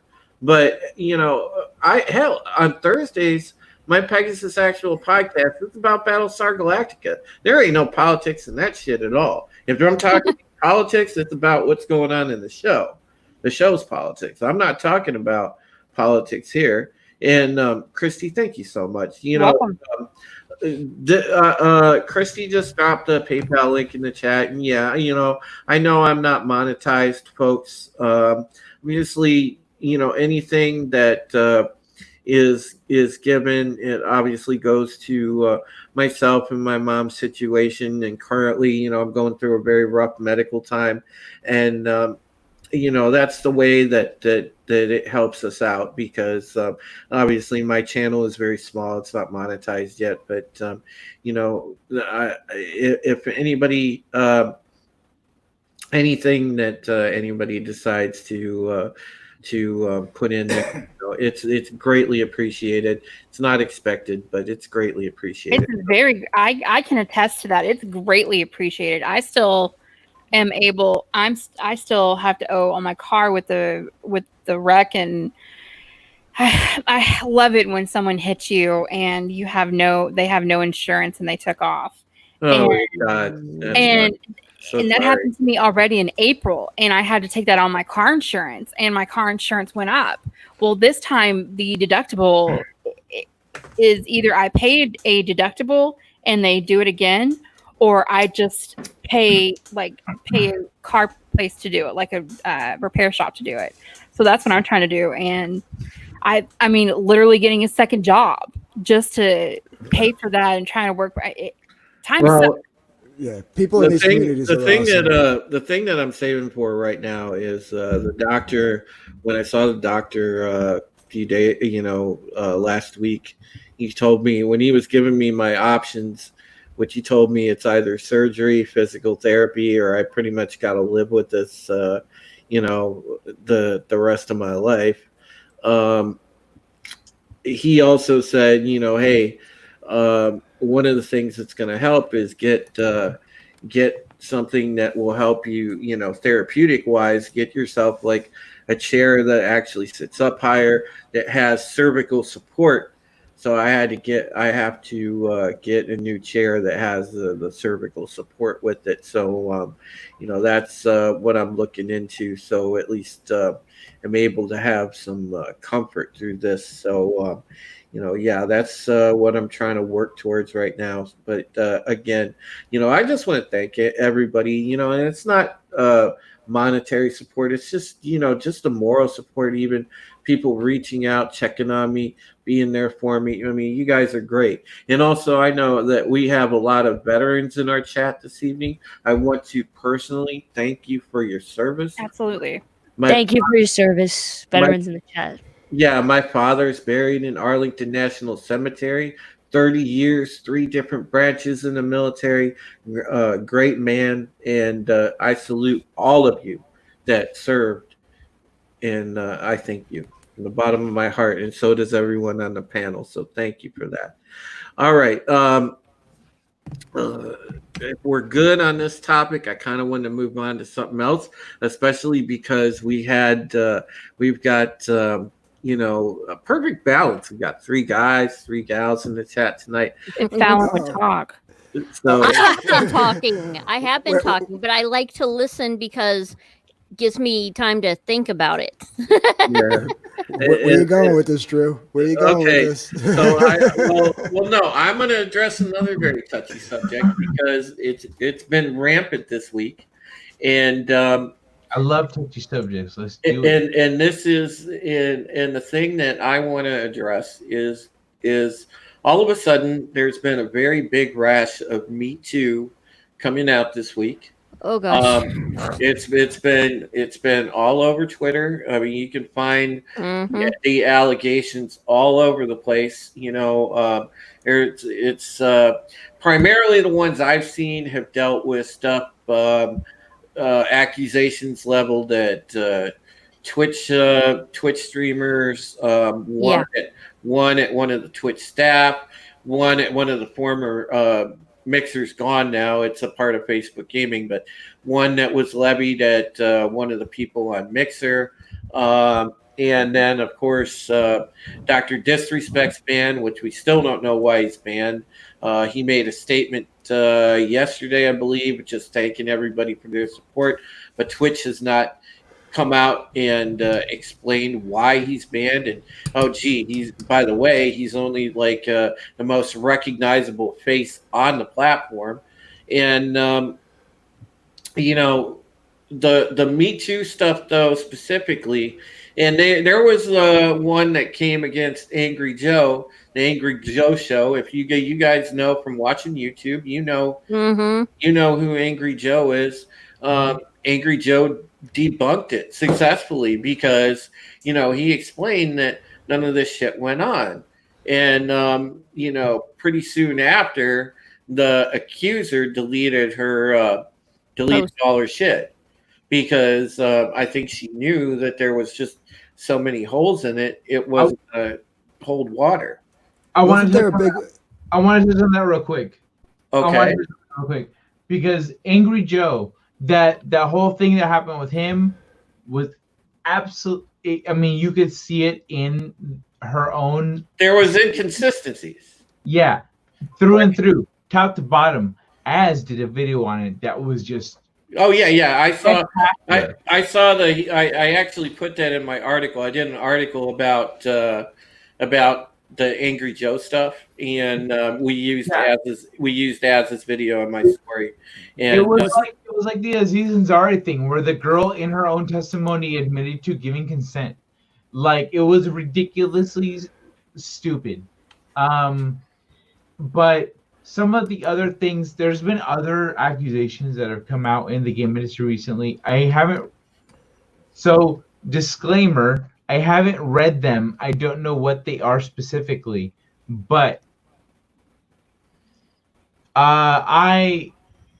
so some of the people being accused of misconduct at the time when they are being accused of that misconduct is from there is a weekly video game industry hangout at bars throughout the country that started off here in Southern California.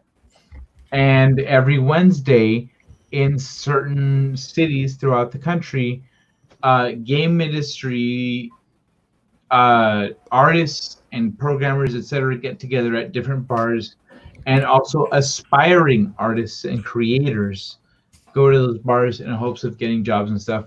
But this is also a place to let loose, relax, and hopefully maybe flirt with people at other companies, or just outside of work, etc. Mm-hmm. So, at least one, I haven't delved into this. At least one of the people that have been implicated in all this stuff have been implicated by people in that community. So essentially, just people that go to a bar and flirt with somebody. I don't know the details. I haven't read into it, but the circumstances of essentially the environment are like people flirting and drinking and trying to hook up. It's very until a couple of years ago, it was very normal single people activity. Well, Kai, I want to make a point. I want to make a point real quick.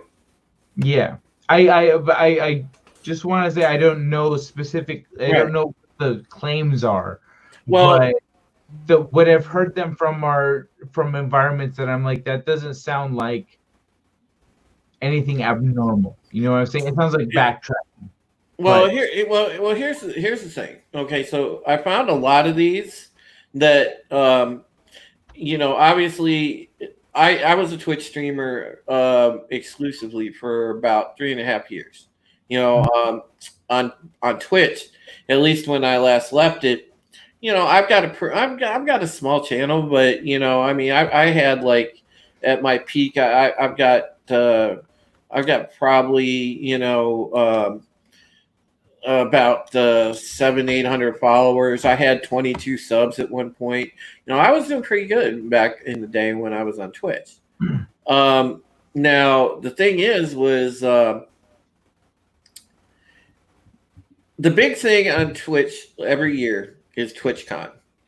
Everybody wants to go to TwitchCon because TwitchCon is like it's like Twitch created a little convention for themselves, so people could go and Twitch personalities could go and network, do panels and shit like that, and it's like any other like convention you would go to because.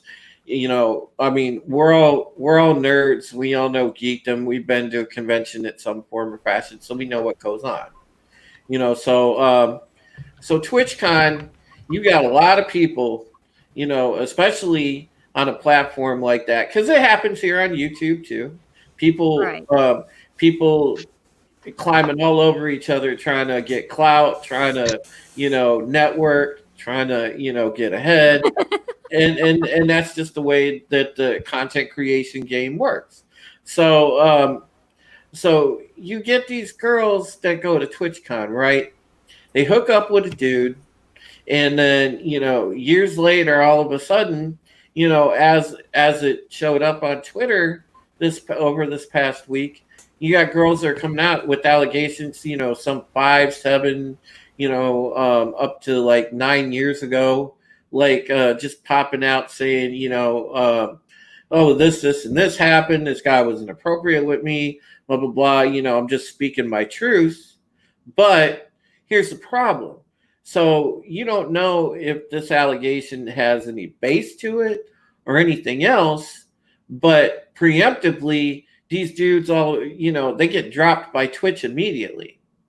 So then what happens is, if it turns out to be a baseless accusation, these guys are fucked because they don't have their Twitch channel no more. And then on top of it, they're basically blacklisted from getting any sponsorships, anything like that. They're usually blacklisted from PayPal, so they're not going to get any donos. They're not going to get, monetization from Twitch. So they're screwed one way or the other. Yeah. And it's for a baseless accusation, because really and truly what this chick meant to say was, oh, I slept with this dude that really wasn't up to my standards because I was trying to get ahead. It didn't really work out. So, I'm lamenting it years later. But they make it sound like, the guy was predatory towards them. And this is what the problem is with the Me Too thing, because, it's always taken to the court of public opinion. And and you can't post an allegation on social media when there are channels that exist out there where if you have a serious sexual assault complaint, you don't even have to go to the police first. You could go to a rape crisis center. You could talk to a counselor who will then forward it to the police, and you'll get a police report either way, but at least it's documented. So my understanding is, why do you have to take it to social media first and quote unquote speak your truth? Because that sounds bad too. I'm speaking my truth. So then you're saying, okay, so the guy has no truth. It's just your truth. It's that nasty cancel culture. It's basically you're guilty until proven innocent, and then you're still guilty because it's basically ruined your life. Yeah, if it really is an issue, you should have filed a police report as soon as it happened. It's the court of public opinion. They just want the court of public opinion. It is the court of public opinion. If it's not a court of public opinion, like if it really happened, you would have gone to the police the next day. You would have filed a report. Nothing would have came of it. And then years later, when people start coming out that this happened, you go, hey, I filed a police report 6, 8, 10 years ago. And then someone else goes, I did the same thing. So then you have a track record of people filing. There's documentation for it. And that's what I'm saying. I can understand if you have a traumatic experience, if you are sexually assaulted and you need to take some time because it has affected you, physically, psychologically. And sure, there are many victims that go through a hard time after something like that happens. But there are other avenues. Even if you need that middle ground, there are social workers that you can go to who will then, forward it third party to the police, so that at least there's still that record of it. So it's not like they don't have resources to help them, because there are plenty of rape crisis clinics, and they don't put a timetable on it. If you had something that happened to you, a woman has that option to go and talk to a social worker even.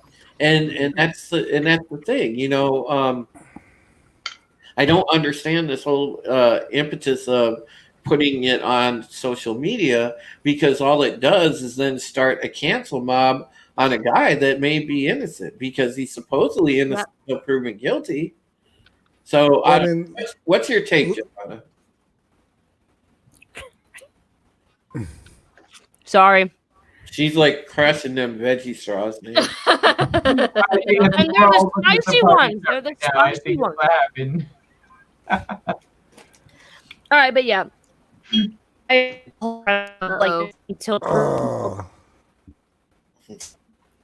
she roboted personally, I'd rather leave. Somebody highlight Sting. Highest says. I'm sorry, go on, Joe. Okay. You're roboting, sweetheart. Yeah, you are a little bit. I didn't realize you were talking. I'm sorry.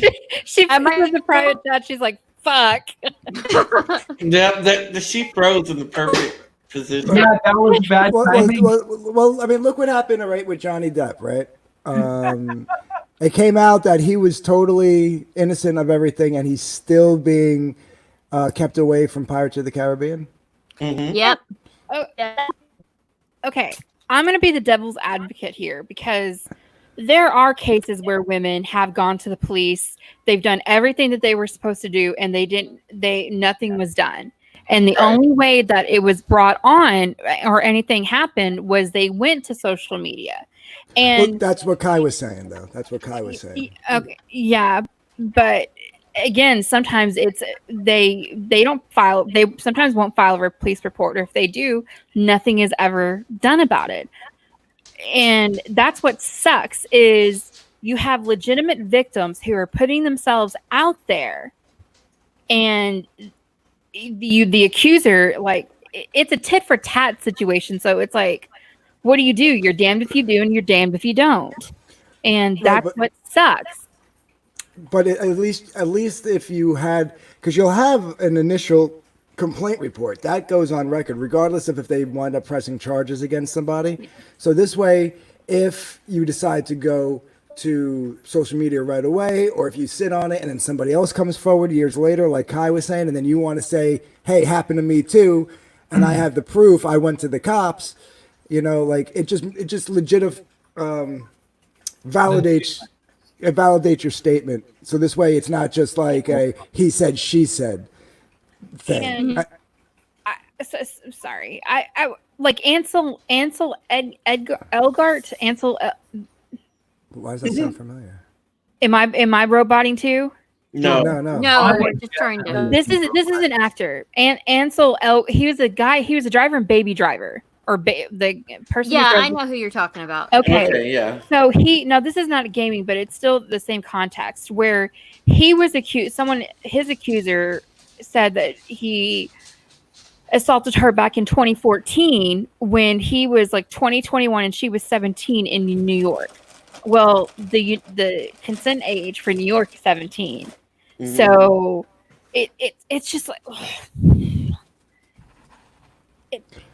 wasn't there another bit? Okay, I'm sorry. No, I was just gonna say there's all these different things going on, and social media doesn't effing help. Let's put it up. Let's put that up there. It doesn't help at all. Well, yeah, like a lot of the stuff that has to do with like TwitchCon hookups are just people lamenting TwitchCon hookups. I mean, it's not a case of necessarily sexual misconduct or sexual assault. It's just somebody like lamenting a bad TwitchCon hookup, and it's like, you know, I mean, shit doesn't work that way, and it's hard to take these girls seriously. Like the Twitch girls that are complaining all of a sudden, you know, about stuff that happened 5, 6, 7 years ago. It's hard to take them seriously when in one breath they're saying they're speaking their truth and they're posting allegations, and then they're like, oh, by the way, you know, here's my OnlyFans. You know. Right. No, well, here's the rare. One of these women went like, these are my accusations, and then also look at my work. Like, how transparent can you be to be doing that? Like putting up your audio next to your sexual accusations. What's your problem? Well, that's what I was just gonna say. Like those, like the real rare ones, and I think the ones that are like the most evil are the ones that like aren't even like regretting an incident, like Drew was saying. They're like literally just like, you know, if I do this, it'll get me a lot of attention. You know what I mean? Yeah. And like they're rare. They're not as like prominent as some of the other ones, but like it's the ones that are like they're just they're evil. I don't know what else to say. Like they're the evil ones that and like they're literally just I'm not gaining any more subs, or I'm not getting any more subscribers on Twitch, or I'm not getting any more income coming in, or whatever it is they're doing. Like I don't know what the hell Amber Heard was thinking of, but oh my gosh. But like for whatever reason, they're just like, I'm gonna do this because I can. You know what I mean? And it's gonna benefit me somehow. And those are the ones. Those are the ones fucking it up for everybody. I've been. So I just got my copyright through, so I'm stoked right now. I'm in a good mood. So I've been writing a sci-fi novel for a minute. But one of the things that I'm like concerned about is people going, oh, this Latin sci-fi, right? Like, I don't want none of that crap. I want to be like, it just embraced for the quality of my work, whether it's good or bad. I just want the real, you know? I don't care. It doesn't. I don't want my nationality or ethnicity to factor into it at all.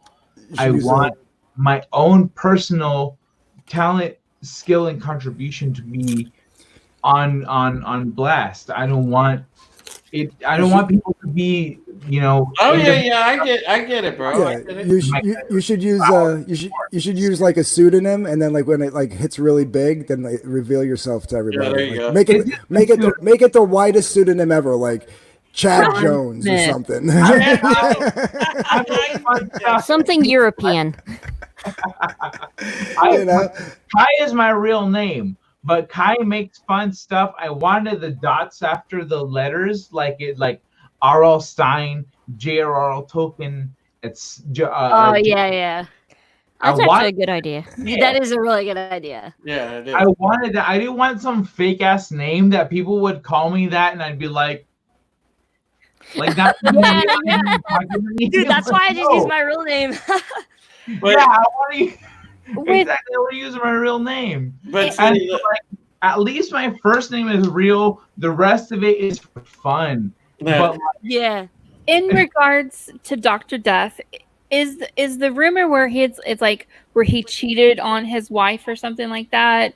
And Dr. Disrespect, you talking about? Whatever that. I don't know his name. Yeah. Okay, so Dr. Death. He's like, isn't that from like A House of a Thousand Corpses? So right now, the news with Dr. Disrespect is, since there's been no official statement from Twitch, nothing concrete yet from Doc either, other than the fact he thanked people for the support during this time.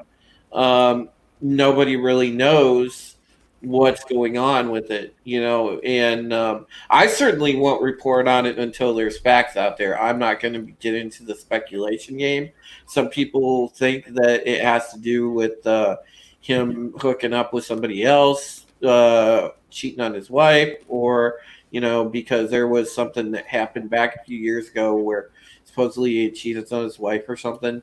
So people are wondering if it pertains to that. Other people are wondering if it pertains to DMCA stuff, because Twitch recently changed DMCA policy. Oh yeah. So, he deleted the tweet. Yeah, so nobody knows at this point what's going on with it. Until facts come out, we don't know. Wasn't there a big Me Too thing in the comic book industry just recently too? Yeah, there was that, Anthony, and there's another big one, and I'll get to in a second.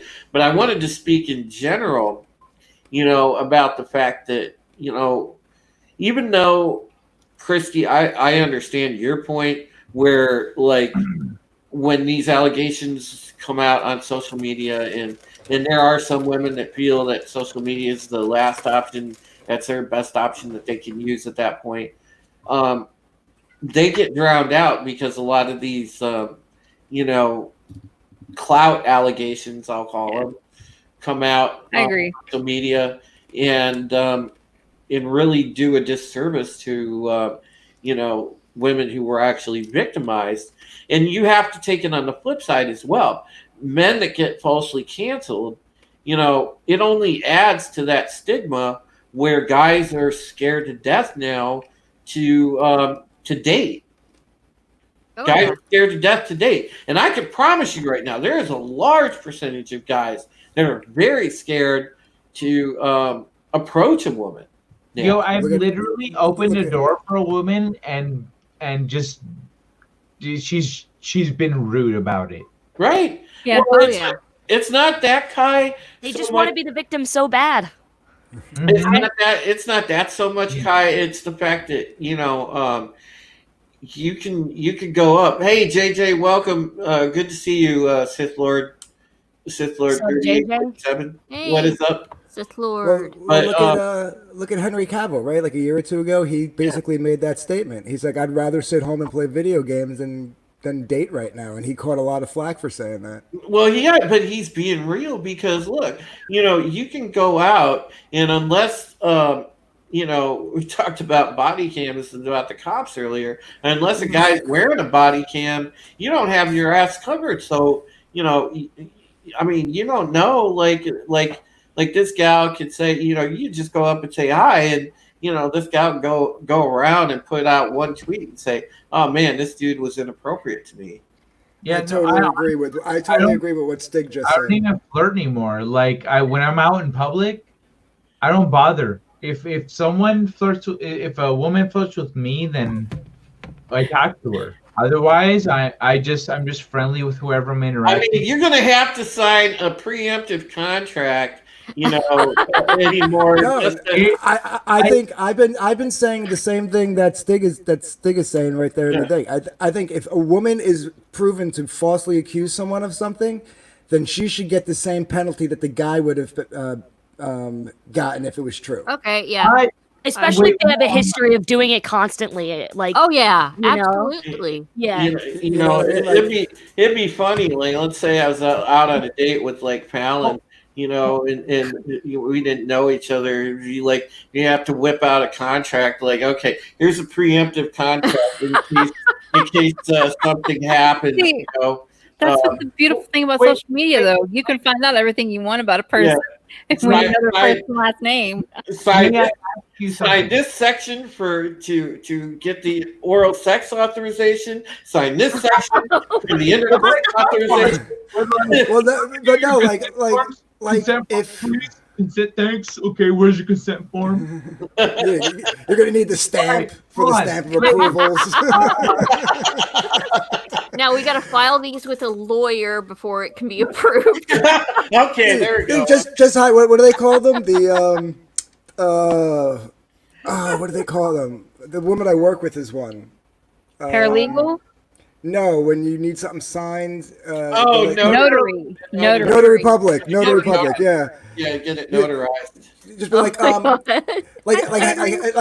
like an hour through the date, you just be like, so this is going good, right? Yeah. All right, so I got this form, and then you wave over to the bar, the notary you already have sitting there. You bought them a couple of drinks.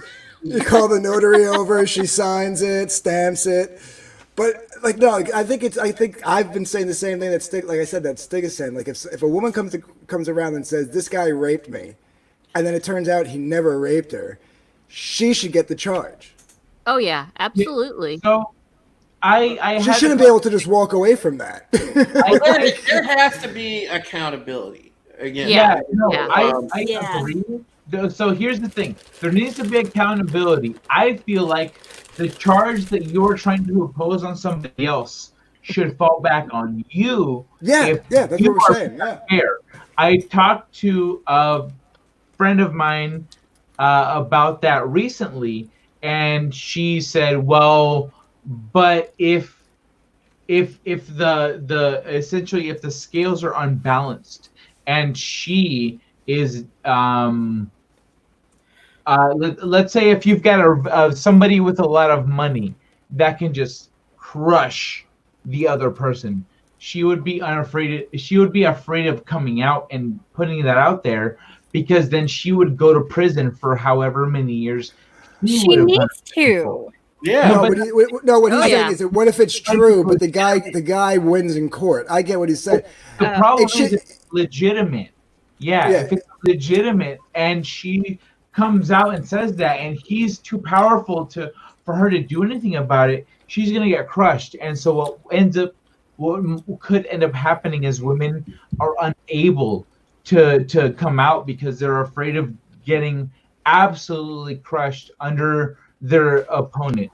And so and the same should be for guys in that kind of situation. Yeah, but it's like just going back to I'm sorry, you got it, Phelan? I said, and it with how he was explaining about the power not being equal, it could be the same for a guy. A woman could have more money, more influence than the guy, and she's the one that had attacked him, and he would go to prison for quote unquote fake accusation. That kind of thing already happens. Honestly, my mom got screwed during my parents' divorce, and it was not cool. It was a judge that saw that women generally got favored in the court system, and so he went the other way on purpose, and that was not the right decision in my family's case. However, that's what happened. And so an imbalance for any gender is an imbalance for both genders is the issue. Right. And people forget that. People don't realize that if they are favoring anybody, anytime someone's getting up for like a crime, like especially a crime, like where there's jail time involved, like these things should be like, I mean, I know it's like beyond a reasonable doubt, but it should be like real close to almost positive. You know what I mean? If a guy's getting put up on rape charges, you better damn be sure that he really did rape that woman, and vice versa. If it winds up that he didn't, you better be damn sure before you put the girl in prison for false accusations. You know what I mean? Like, and I know it's hard. You can't be 100% on these things, but right. You know, yeah, it's rough, but there has to be some kind of repercussion. I mean, a woman who does make a false accusation can't just walk away from it. Yeah, that's the problem right now, is that there's zero repercussions because that guy his life just gets destroyed, even if he's innocent. Chris Hardwick, right? What? Nothing happened to his ex, right? She's living her life like nothing ever happened. Amber, well, where did she go? Yeah, she just DC'd for a minute. She'll be back. Amber Heard shed the stick. Amber Turd. Like stick is great. Come back, Chrissy.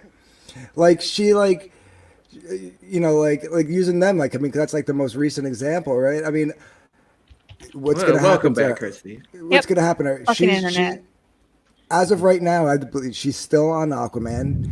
I mean, she lost her one friend. Ooh, she's facing a 3-year sentence for lying under oath. She? Yes. I did not hear that. She ain't gonna get it though. Yeah, well, here's I love it.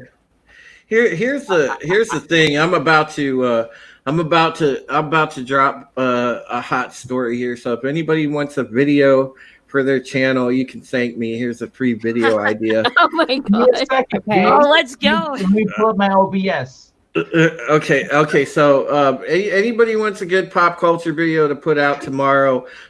Cass Anvar from The Expanse has some allegations levied against him. And all you have to do is search Cass Anvar's Twitter. You'll see the whole thing. I saw that. So I saw that on Doomcock and Erotic stream tonight. Yeah, but you can. But if anybody wants to make a video, boom, there you go. You know, free video, free views. So you know, put it out there. But there's a bunch of accounts again in the court of public opinion over social media. Supposedly there are like text messages that are screenshotted and stuff. And see, it's hard when you get text messages that are screenshotted because they can be screenshotted in such a way they only support one side. So you don't know. You know, and we'll see what happens with it. It looks kind of bad. It does look like there's might be some validity to it. So I don't want to say anything either way, but yeah, you know, again, it should be innocent till proven guilty. And I still feel like people need to remember that there should be technically a statute of limitations. That's one thing about the justice system, at least that we've learned growing up, that there is a statute of limitations. You know, as I guess as abhorrent as we look at sexual assault, because it is an abhorrent crime.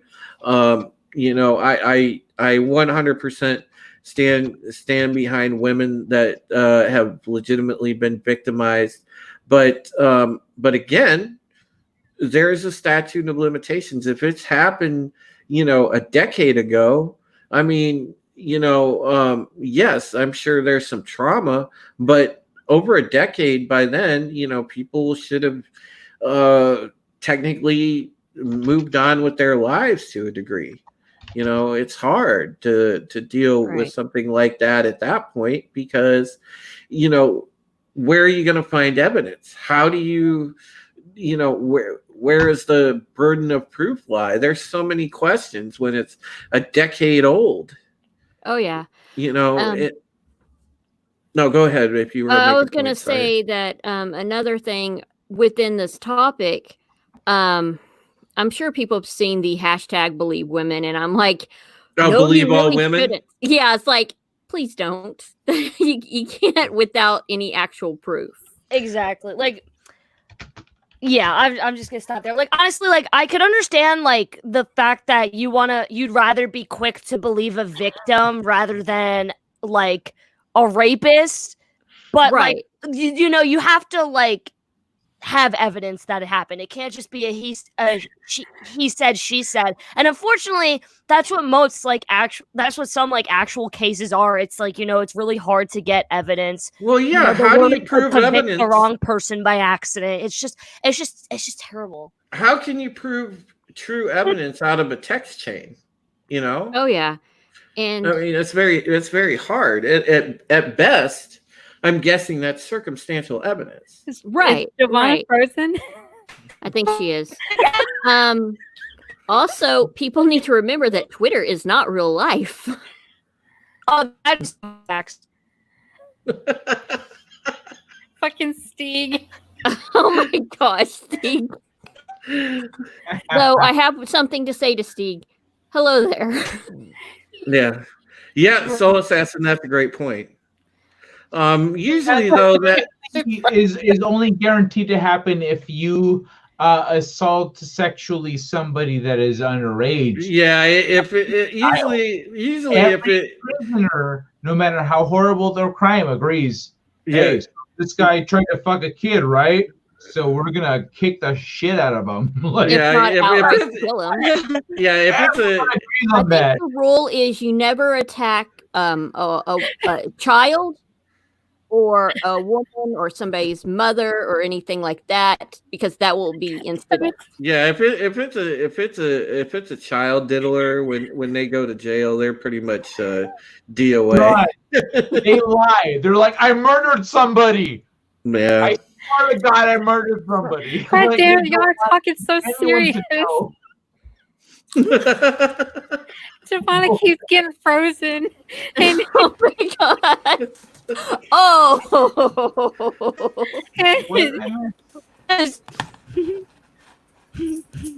Well, Franklin Doom, I already know, just from knowing you this little while, I know Mrs. Doom would have your ass. So I know you ain't gonna be sending nothing sexy to nobody but Mrs. Doom. Yeah. She's frozen again. Dude, listen, you have to take a picture of something. I'm trying to. Aunt Petunia, where do you get that? Who has an Aunt Petunia? Jesus. Stig, where the hell do you get that? Matilda, right? Matilda has that. I'm pretty sure I think Matilda it's safe to has call one. Stig the king of comedy. Oh, Jesus, man. Stig, you're the gift that keeps on giving, bro. Oh my god. Don't tell him that. It'll go to his head.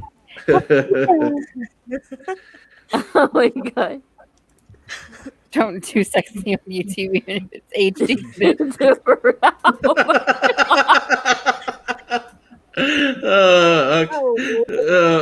Yep. See, I called it right. Franklin Doom. Yep. He said, "You're right. I can dream, though, can't I?" Oh my god. You're right though, because in a roundabout way, I can't. see, we're getting into Giggle Fest territory now, man. Watch out, chat. I looked up Aunt Petunia right now. I was expecting Aunt Petunia to be like Matilda's aunt or whatever, but what came up on Google was Harry Potter's. Oh, dang it! What was it? Hold on, I already forgot.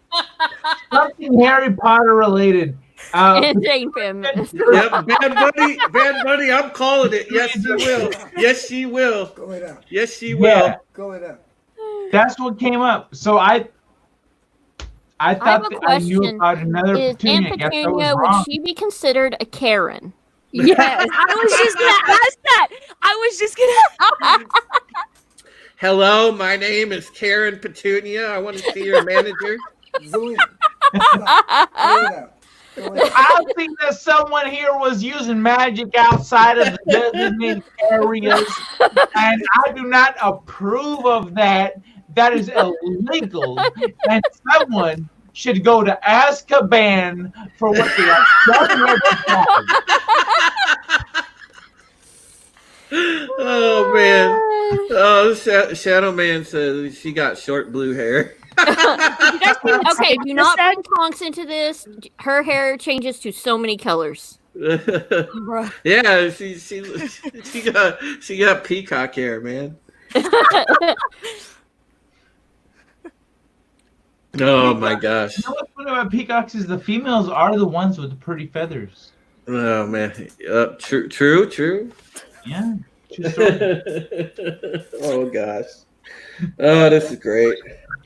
So, not to change the subject, but my one dog discovered iced tea the other day Oh my God. No. and loves iced tea. You know, Anthony, I'm waiting for Does your dog have white fur? Yeah, one of these times, Anthony, I am waiting for one of your pups to just snag that box of Cheez-Its. I'm waiting for it. You don't see her sitting right there? Oh yeah, I see her right there. Yeah. And she's the one that just recently discovered ice. It was funny because I came home. My roommate was home, so I didn't lock them up or anything in the kitchen. I ran to the store. I came home and I'm looking at my glass on the coffee table. And I'm like, I swore I still had a half a glass of iced tea because I just ran to the corner store to get a pack of cigarettes. So yeah, maybe I finished it before I left. And then the next day, I came home and the glass was on its side. Thankfully, whoever it was, at the time, I didn't know who it was. I was like, well, thankfully they got every last drop because I got a stack of comic books right there. And I was like, so nothing got wet, right? So I'm like, I got 3 of them. So I could have went back and looked at the videotape, but I was like, I didn't think about that till like later. So I would have to like scroll back.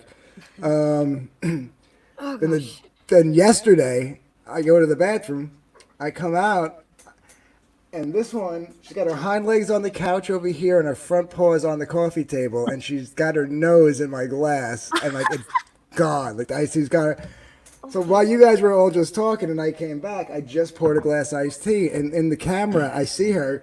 She's literally sitting here and she's licking, like trying to sneak, like she just got her head up and she's just licking the top layer of iced tea because it was full to the top. The glass was full to the top. So that's why I was like, go lay down. So she lay down right next to the box of Cheez-Its because this one right here, she hates like plastic, like when you get like anything like a bag or a trash bag or anything like that. She can't stand the noise. But I got my 12-pack of water from Kroger. Damn it, Steve. Oh my God. And she eats it. Oh my God. Oh Jesus. Dig. Oh my gosh. Oh man. Solus Acid say cats are evil and the one I have is a jerk. See, it's the opposite with bags. If I even touch a plastic bag, they all come running because they think I just came back with dog treats or something.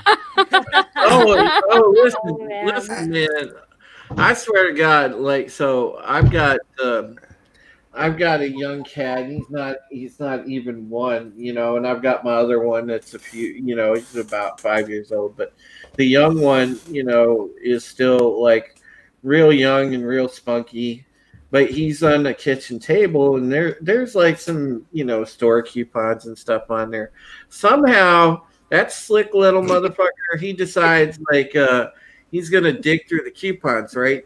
He just so happens to dig through the pile of coupons enough to get the one for the cat treats on top. Like he's trying to send me a message, like yeah. Oh yeah.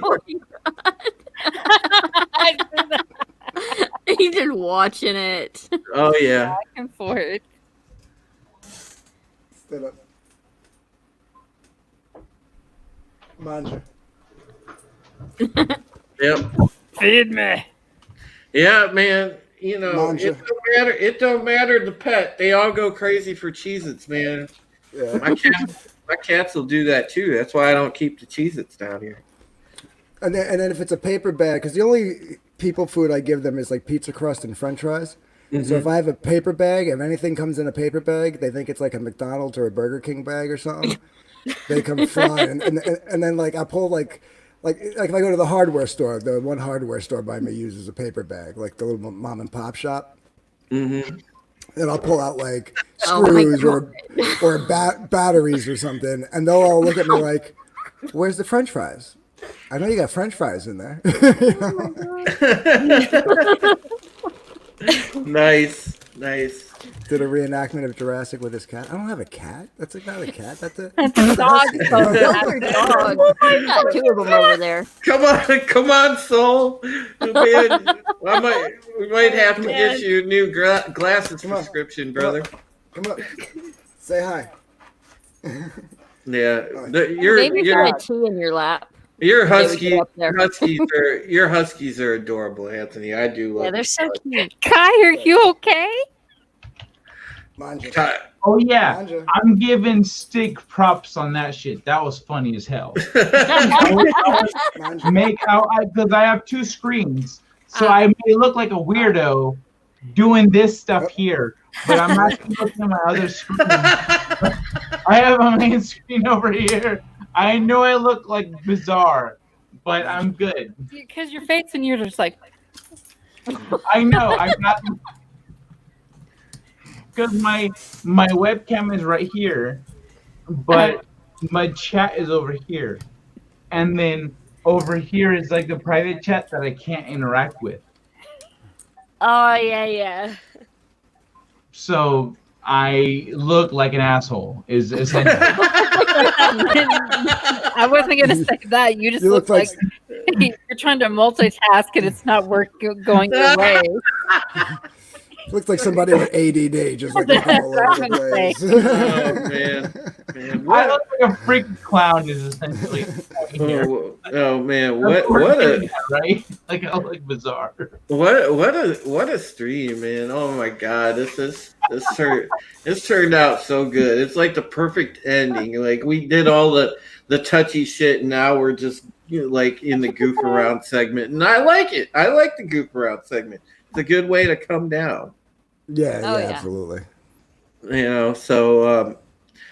So yeah, we're approaching the 3:00 hour here in Ohio. So I am soon going to tap out because I'm going to try to get some sleep. I'm going later today to the pain management doctor, and he's going to take a nice long ass needle and give me a shot in my neck. Ow. And I'm not looking forward to that because, I can sit through a tattoo all day long, but I don't like a long ass needle like that. I'm the same way, brother. I love tattoos, but appetizing. yeah, the doctor pulls out one of those needles. I'm like a 3-year-old toddler. I'm like, no. Yeah, I mean, fuck that, dude. I mean, listen, I know the shot's gonna help.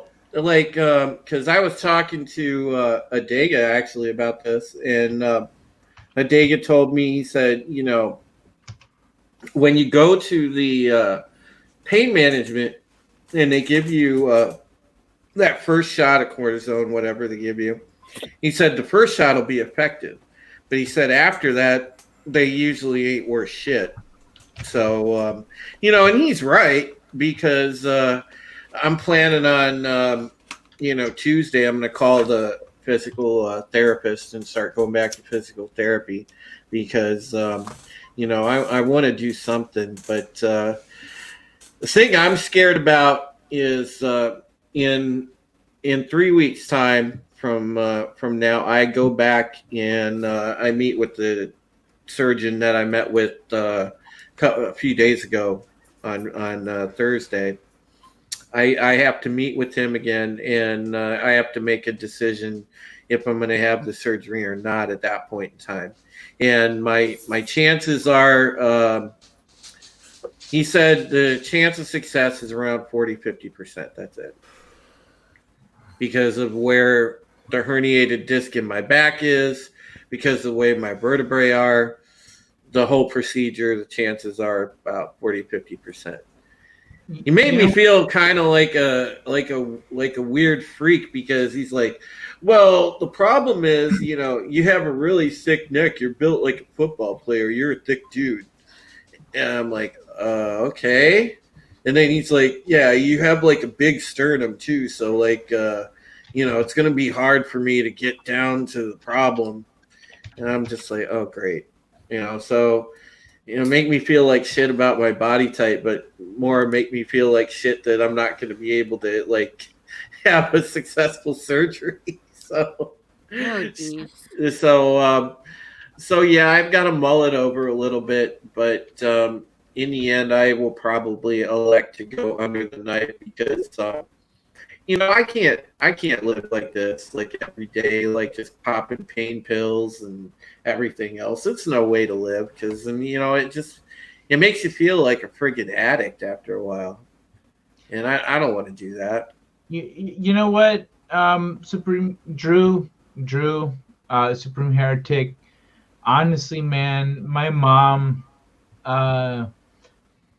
has had spine issues because of discs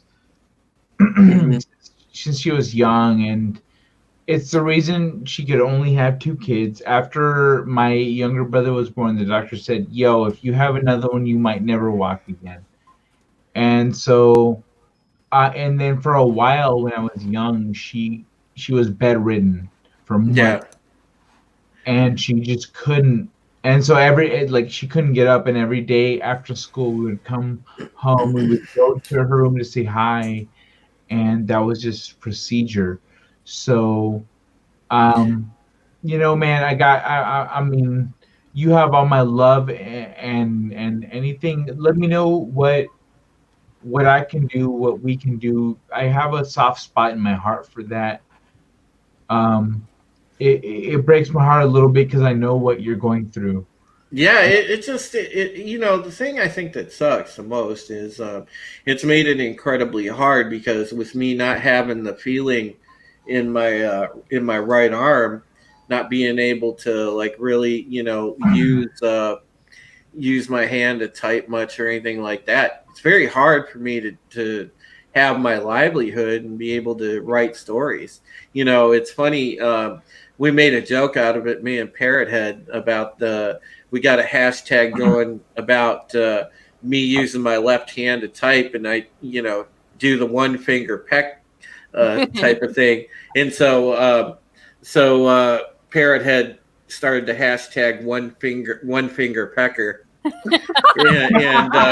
we got that circulating around. It does kind of depend on which finger, right?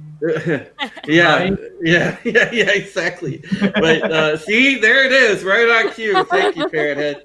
But it makes it incredibly tough, because I'm right dominant. I've been right-handed. That's just I've been right-handed all my life, and it's hard to do anything. I can't game. I can't, do much of anything, and it sucks. So, so it's dammy stick, but yeah, it really sucks, and I'm trying to make the best of it, and hopefully the surgery does work. We'll see where we're at in 3 weeks. But like I said, pain management doctor tomorrow, and I'm going to get in touch with the physical therapist on Tuesday, and we'll see where things go. But I just want to say again, thanks to everybody in the community, all you ladies out there, all the gentlemen out there. Everybody has been wonderful, wonderful people, and great friends. And, I couldn't ask for better friends in any place in the world. I mean, you guys are amazing. So thank you so much from the bottom of my heart. And, thank you to my friends on the panel for all sticking by me. Fallon, Giovanna, Christy, Anthony, you guys are amazing. You never cease to bring me joy. I just want to say real quick, Drew, Supreme Heretic, honestly, man, this is the first stream of yours that I've dropped into, and I just felt like you're just such a good people. I couldn't help but like I subscribed. I hit the like. I was just about you, man. You're good people, and I appreciate you. And the world needs good people, and we need each other to encourage one another. And Supreme Heretic, Drew, you're good. I subscribe to you freaking tonight. So thank you for having me on. But it was a very easy decision. Hey, Stig left you something here, Kai. There you go. Oh my God. King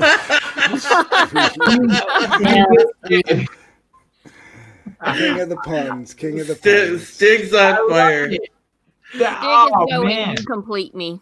Oh, Stig, man. that's what's up, homie. Yeah. So Drew drew me in. Yeah. So I'll go around. I'll let everybody plug their channels real quick. So we'll start with Fallon. All right. I'm Fallon of Fallon Reacts and the 13th Hour. With Fallon Reacts, it is going to be a resurrected channel. I had more or less abandoned the concept of pop culture discussion and everything, and I'm starting back up about 12:30 Central Time Zone tomorrow, so it should be lots of fun. I'll be posting a link on my Twitter. And Fallon is beautiful and wonderful. She's got a perky personality. She's everything you could ask for in a content creator. So please support her, guys. I mean, she's a sweetheart, and again, she's just she's amazing. So thank you. All right, Giovanna. So you could find me on Twitter at Giovanna057, or you could find me on my YouTube channel, which is just Giovanna Banana. I really talk about like current event issues and stuff. I've been really slacking with uploading on YouTube, so I apologize. But I try to keep it lighthearted and funny, but I do get serious when I feel like I need to get serious. I'm also starting a little like a little weekly stream every Friday called Giovanna and Friends at 8 p.m. Eastern every Friday. We're going to start that up this Friday, July 3rd. I already got some people on the panel. And if anyone on the panel here wants to be on it, just please DM me and I'll put you in the group. We just sub in, sub out, just all open discussion, talk about current events. And, like what we did today, it took we started on a serious note, and then it gets funny at the end because, we just want to let all that stress out. We're having a good time because we're just a community. So, yeah, that's just me. All right. And we'll go down to Kai.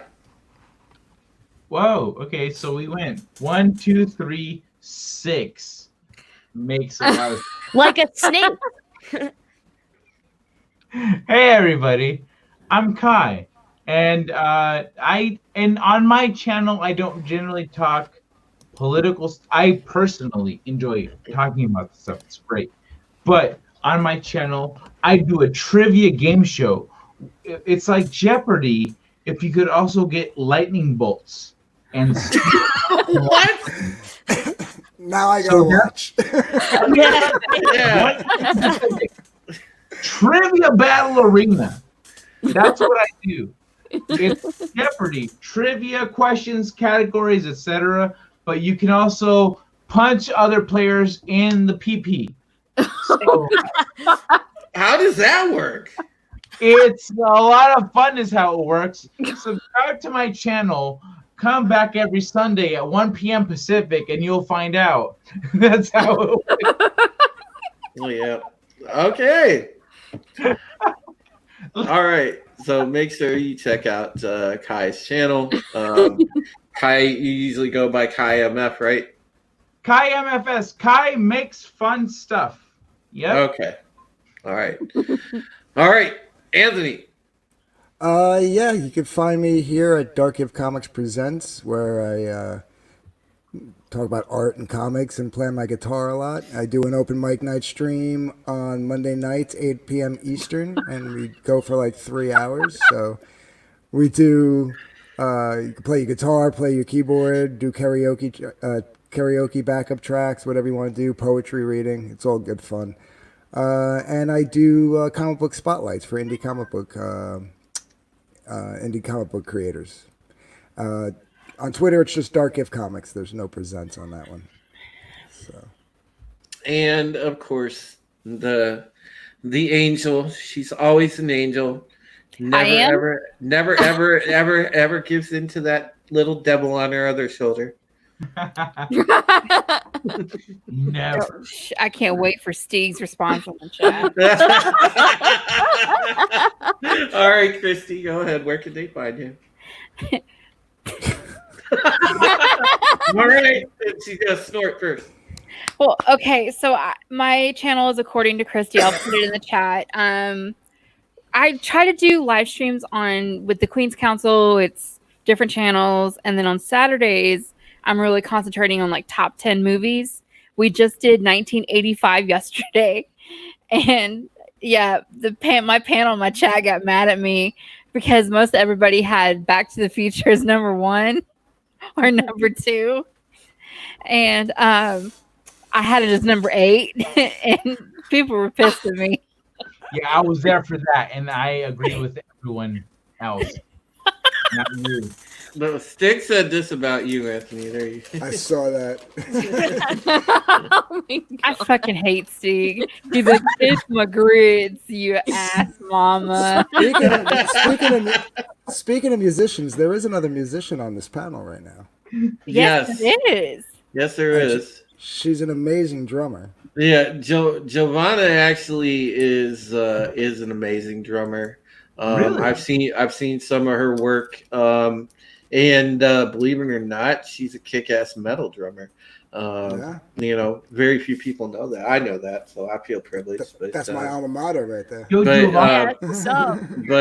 Yeah, if I was gonna start a band, I would get Giovanna to be my drummer for sure. Oh fuck yeah, I'm so down. You know, and I just noticed my thing didn't show up as and it's so badass because you know, it's funny, like I DM Giovanna like different bands when I find different bands that I dig or whatever, and I got her into like one of my favorite bands, so I feel like mission accomplished. Oh yeah. You know, I turned her into a Ginger fan, so I'm like happy. Dude, I've been listening to them like every day. That's my first thing on Spotify now is Ginger. Yeah, I know. I made a whole playlist for myself on Spotify, so it's awesome. So, last but not least, yeah, you guys can find me here on my channel, and of course, you can read my stuff on boundingintocomics.com. I try to get out a couple of stories a week. I'm kind of limited to about 1 to 3 stories a week right now. Usually I used to be able to bang out like 6 or 7, no problem. But you know, I mean, I'm still getting some stories out there and everything. And I try to write good stuff. I can still at least write quality articles because, you know, I know how to use words good.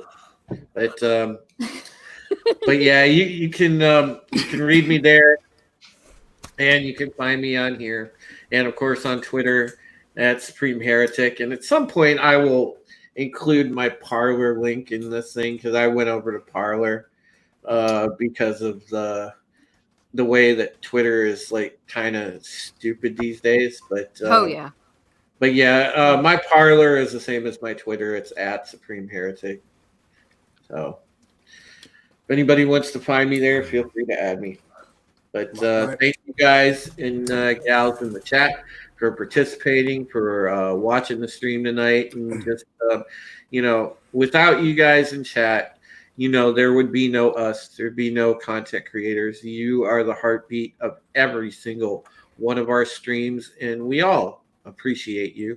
We appreciate our veterans, and most importantly, take care of yourselves and each other. I got faith in humanity. I know we're all going to do that. So, until next time, peace and love, and I will see you on the flips. Sniff glue.